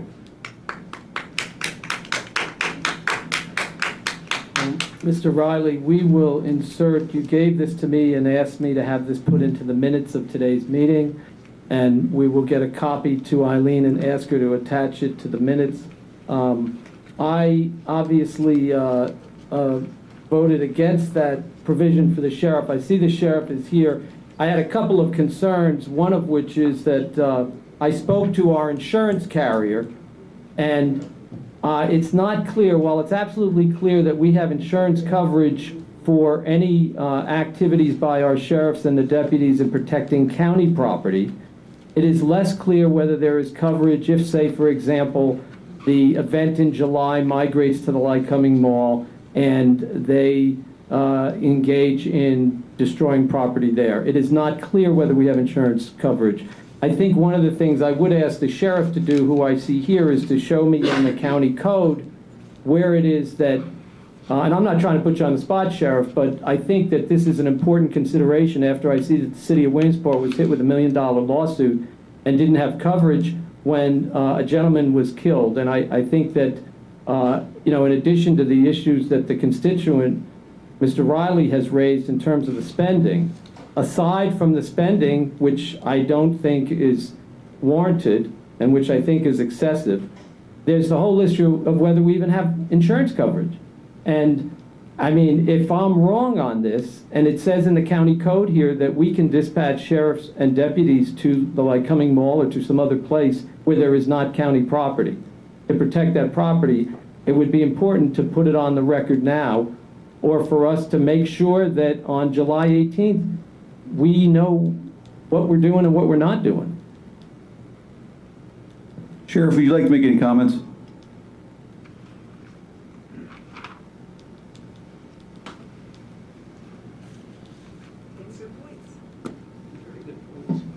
I guess I'd first say the budget increase, gentlemen, was a result of the commissioners shifting legacy costs to departments.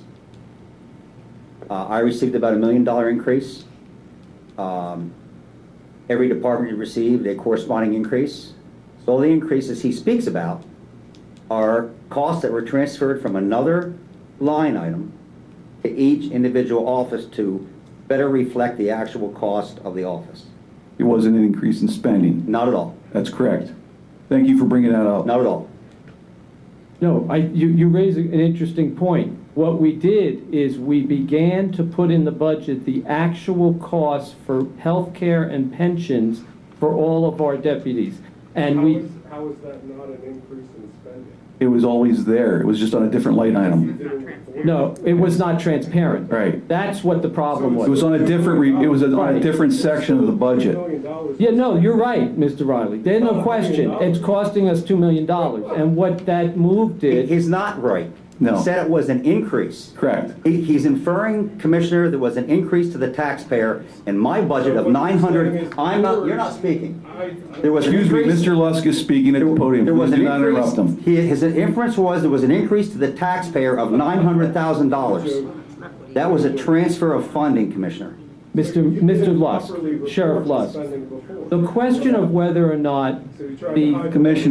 Commissioner, please let him state he's asking me a question. No, I'm not asking a question. No, he's making a statement. Okay. Let him finish, please. The statement made was, this past year, the sheriff's budget has increased $900,000 with the direct inference that there was an increase of cost to the taxpayer. That was the inference drawn. I'm clarifying it was a transfer of funds that already existed. So it wasn't properly reported before. Again, please do not interrupt him. He's speaking. No one interrupted you when you were speaking. I'm going to Please make. Go ahead. I have one other comment I'm going to make. I'm not going to comment regarding the allocation of the funding. The only comment I'm going to make is, the gentleman who stands here and accuses the sheriff's office of too much spending cost this county upwards to $100,000 in lawsuits that were denied when he filed the lawsuits against myself in the county and the sheriff's office. Okay, thank you. All right, Mr. Sheriff Lusk, I'd like to just tell you something from my perspective as the person who votes on the budget. The transparency, see, to me, it's immaterial whether it's, and if there's a correction that it wasn't a particular increase. What's important to me is we're spending $2 million on the sheriff's office, and that 11 or 10 years ago we spent $634,000. And what's important to me is that we're spending on adult probation, on all the things that you can go through here, enormous sums of money, and at the same time we're told that it's too expensive to get a service for people who are hard of hearing that costs $24,000 because we can get something for $3,000.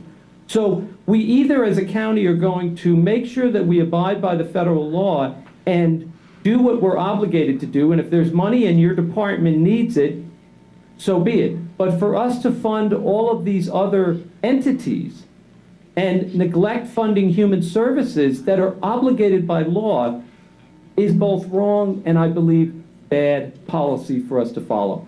I do believe, Mr. Sheriff Lusk, that we have to have a good conversation about how we reduce that $2 million spend. And I'm not singling you out, okay? I'm saying that as a commissioner, when I look at the budget for next year, I'm anticipating that businesses are going to be appealing the taxes and that our tax revenue is coming down. And I'm going to do my darndest. And I'm going to get out and I'm going to get to the public and begin to hear from them and understand. Because quite frankly, Chad, I'll be quite honest with you, the transfer, the way that we moved and changed the listing of pensions and health care was to be more transparent. And it wasn't until we did that we began to see how much we're actually spending in each of these departments. And, you know, I don't fault anybody for the fact that it didn't get done that way in prior years. We learn, we grow, but hopefully the information we gain and we see, we begin to understand that we have to make some changes. Because I think, quite honestly, because healthcare and pensions were in another part of the budget, not connected to each department, the sheriff's correct on that. And this is in reference to what he said, but from our perspective, Commissioner McKernan and Masser and I in the year we instituted this, we realized there was no transparency because the public couldn't really look at the budget and see what it was costing us. And I think what you have educated me about is that the increases in all of these, they're technically the sheriff is correct in terms of whether we argue whether it was an increase, I mean, there probably was one or two more positions. That's beside the point in my mind. Yeah, $2 million. I would retract that statement. Obviously, it wasn't an increase, but the right. statement still remains the same, that we're spending over $2 million in a fifth-class county. Yeah. When the next closest county is only spending 1.5 for their sheriff department.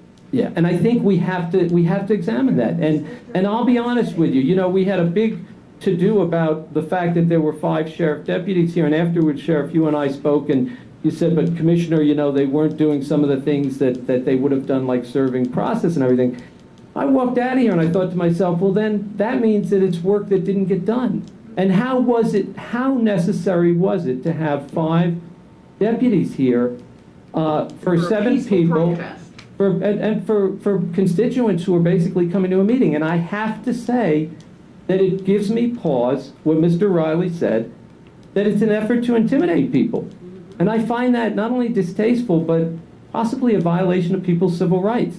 You know, you can't have at a meeting so many law enforcement officers that there's a chilling atmosphere to what people can say and do. That is not allowed under the civil rights law. As to the lawsuit that you say, you know, I'm not going to even get into that. A citizen has a right to sue, and I don't view it, I view when we get sued that we haven't done something we should have done, or we should have worked it out. But anyway. Does the county have the insurance for the riot? I mean, if I there was, don't I don't know. think the sheriff ever answered Commissioner the question. Maravito, I'd just like to clarify too, that our lawsuit was not frivolous.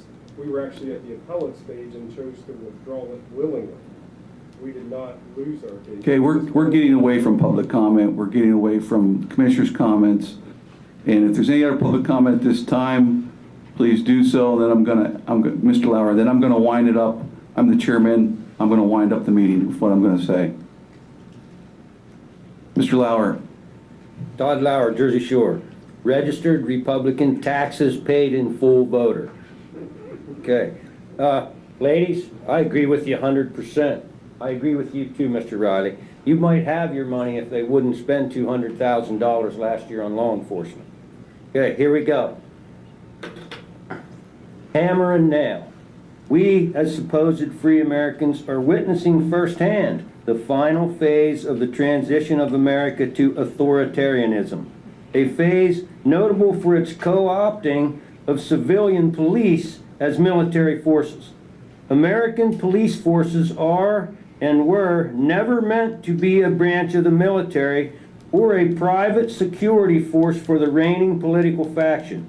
Instead, they were intended to be an aggregate of local police units composed of citizens like you and me that exist for one sole purpose: to serve and protect the citizens of its community. However, as a result of this increasing militarization of the police in recent years, the police now not only look like the military, but they function like them as well. Thus, we no longer have a civilian force of police officers so entrusted by the people with serving and protecting citizens. Instead, today's militarized police have shifted their allegiance from the citizenry to the government's power, unrestrained by the Fourth Amendment, and now considering the very people they are to protect as now being looked at as the enemy and an automatic suspect. This phenomenon unimpedingly sweeping our once free nation is referred to as the law of the instrument, which essentially means that to a hammer, everything in its path is a nail. This scenario has been playing out for years, and believe me, we the citizenry have now become the nails to be hammered by the government's henchmen. Indeed, there can no longer be any doubt that armed police officers are the end product of a merger between the government and law enforcement agencies. This results in a standing or permanent army composed of full-time professional soldiers who do not disband. Yet these standing armies are exactly what those who drafted our Constitution and Bill of Rights feared as tools used by despotic governments to wage war on its citizens. This is a quote I read. Martin Niemöller. This is from the Jewish thing back in the Second World War. First they came for the socialists, and I did not speak out because I was not a socialist. Then they came for the trade unions, and I did not speak out because I was not a unionist. Then they came for the Jews, and I did not speak out because I was not a Jew. Then they came for me, and there was no one left to speak out. Thank you. That's my comment. Thank you. So, just to wind up the meeting,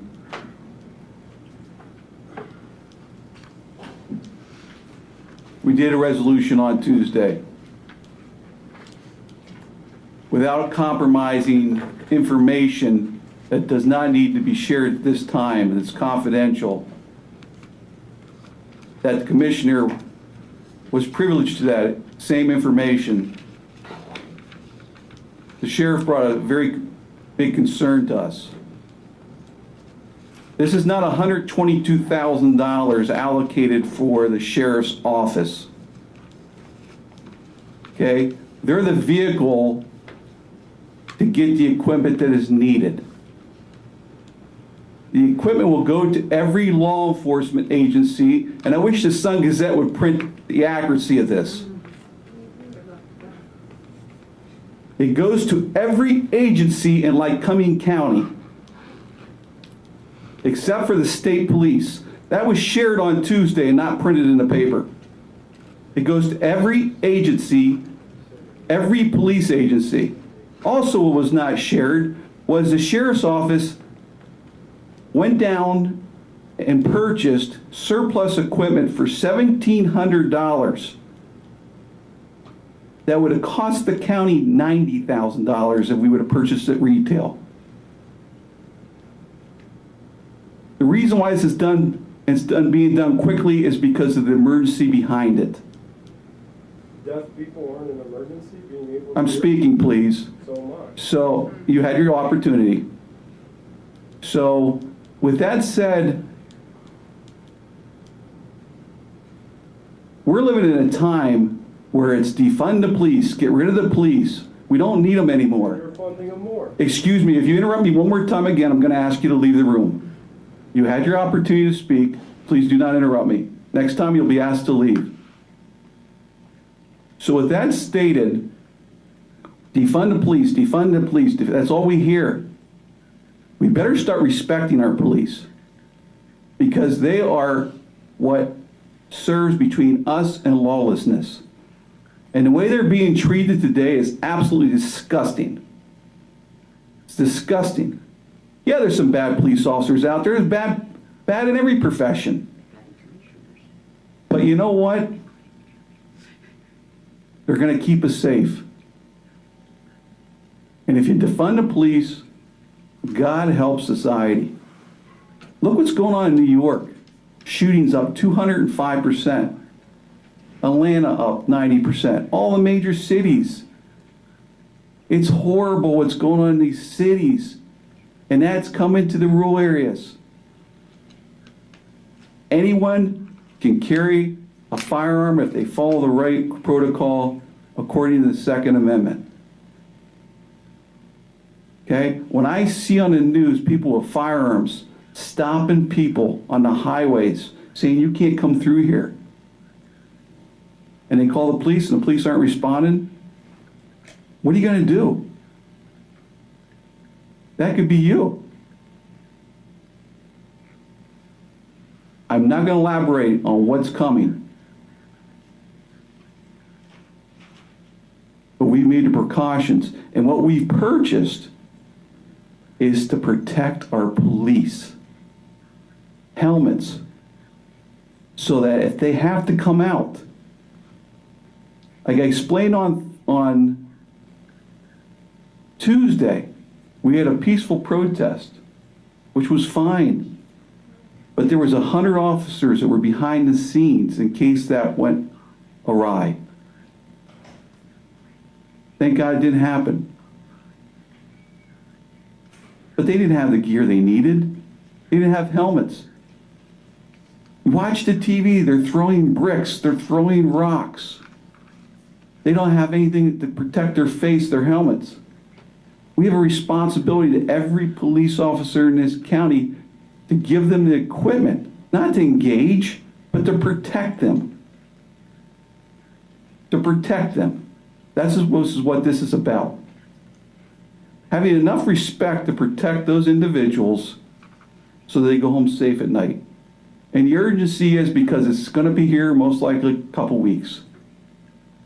And I said the other day, and my exact quote was, we prepare for the worst and we hope for the best.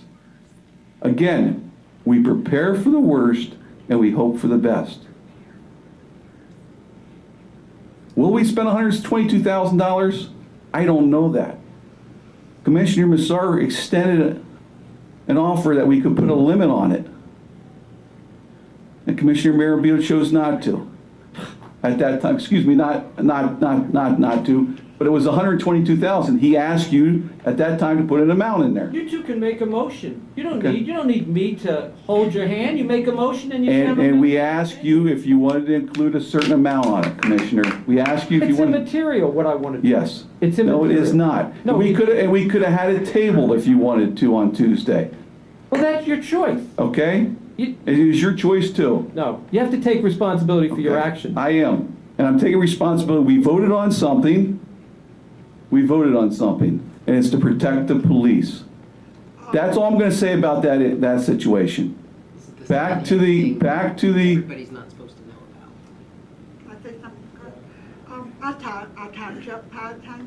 Yes. Pay for our own police for with 220 and everything. Yes. So what are you talking about when you're thinking about defining police or increase the money or something? Because our township is paying for our own police officers for the time that.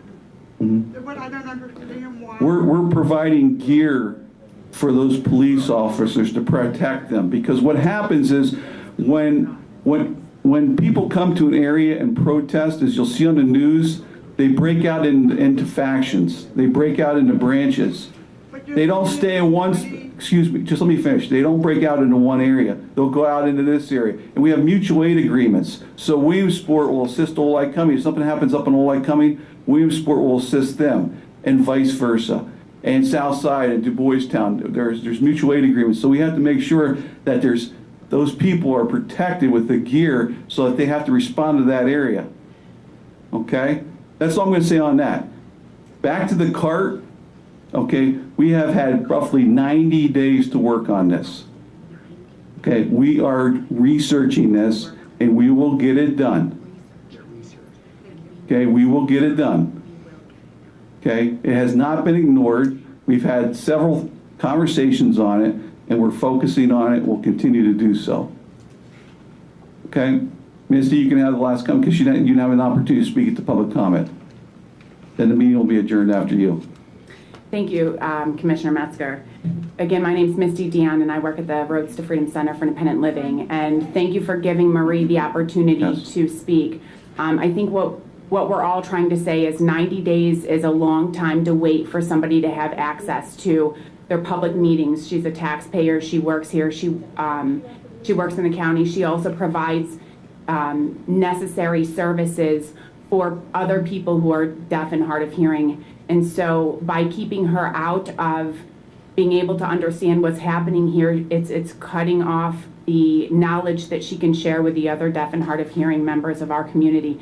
And 90 days is, in my opinion, in our opinion, a long time to take to provide access under the federal law. The information we've provided you is the best information on disability services and access. And so people with disabilities know better than anyone else what they need to be able to be included. And so we hope that you will take much less time after this to approve the use of CART for in-person meetings as well as live streaming, so that people that are deaf and hard of hearing can interact as well as understand what's being said. Thank you. Thank you, Misty. As chairman, I have been active on this. Okay? I have been. You know, Misty, you raised an interesting point, and I think this is what Mr. Riley was saying. The resolution to spend $122,000 on riot gear was given to the commissioners 5 minutes before the meeting. And I stated at the meeting on Tuesday that we first discussed it on June 25th, and yet there was no formal document presented to us until 5 minutes before the meeting. That document had no amount in it and had no limit on what could be spent.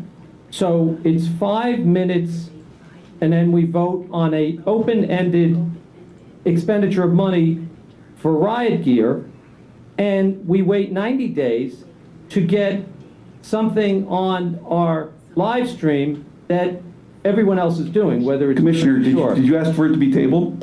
You didn't ask for it to be tabled. And what have you done regarding CART? You know, have you approached me? You talk piously about interrupting people. You talk piously about throwing constituents out of this meeting. Earlier. No, you interrupted me, Mr. Chairman. You know, sometimes you need to look in the mirror before you're so pious. You do. Okay? But let me just say that nobody is talking about defunding the police. Nobody is talking about not supporting police officers in this county. And for allegations to be made that that's what's going on is fear-mongering of the worst sort. This commissioner and every person that I've met in this community supports our local police and does things to make sure that they are safe and protected. What we do not do is recklessly write blank checks without checking on insurance liability and other factors that put the taxpayers at risk and this county of being sued. And so I would explain to you and to my colleagues that I think that it is not about anybody not supporting the police, and it's not about the horrible things that we see going on in the urban areas. You know, sometimes you can have a self-fulfilling prophecy, and we can bring upon ourselves the very things that we think we're trying to prevent. And that's what the conversation is about, Mr. Chairman. Commissioner, we have a military to make sure we present ourselves safe against the enemy, okay? We are making sure our officers are safe. And for you to put in the paper the other day, make comments that you question whether they have the proper training was not an appropriate statement in my view, because they go through incredible training. The sheriff, the police, the training they go through, they are prepared for these situations. Okay? And as of last week, we did have an incident. We had an incident in the hallway. A verbal altercation where somebody in the community who was just here engaged in a verbal confrontation with the individuals that are here as a protest. And if the sheriffs would not have been here, that could have escalated. That could have escalated. That individual was escorted out of the front of the building while they were escorted out the back, asked to leave out of the back of the building. So we didn't have an altercation. Okay? The sheriff's presence, That's not true. I was here. I asked. I was there. I'm just saying. That never happened. That's bullshit. You're making all of this up. It's really hard to listen to you say whatever you want. Protested, and you're telling us. Excuse me. You're a liar. He was. It's a complete lie, though. It's not a lie. I was there. He was. Who asked us to exit out the back for our own safety? Can you tell us that? You just made a statement. They were you guys were asked to just please leave that way. Who's saying they? Who's they? Who asked us to go? There was a deputy. There was a deputy that asked that individual. Who was the deputy that asked us? You just indicated that the group that was protesting was directed to exit from the I will building. speak. Stop interrupting me. I would like an answer to my question. Okay. When I walked out in the hallway, I heard that individual engaging with you folks and saying, this is my view. Yep. This is my view, and he was asked to leave the front of the building by that sheriff. He walked out on his own. Yeah, the sheriff asked him to leave. We can agree to disagree. Okay, we'll agree. Okay, that's what I witnessed. Okay, there was not 7 to 9 cops here. Okay, what was happening was. We're big girls. We don't need 5 sheriffs to help us at a meeting. Okay. You're talking about Todd Lauer. Yeah. And I think quite frankly, it's disgraceful to use him as a whipping boy for this county. Okay, Todd's had his difficulties, but he comes to the meetings and speaks his mind. He still has rights. And he still has rights. That's exactly right. And did you women feel threatened? Did you feel threatened by Todd? No, not at all. We were not at all. Todd was willing to listen to escalation. Okay. But they needed All right. quiet here. Excuse me. This meeting will be adjourned. Thank God. Thank you. Somebody's got sand in their panties. Hey, I also no, they just cut it. They'll cut it. Oh, yeah, they'll cut it out. Yeah. Oh. Yeah, but see, I.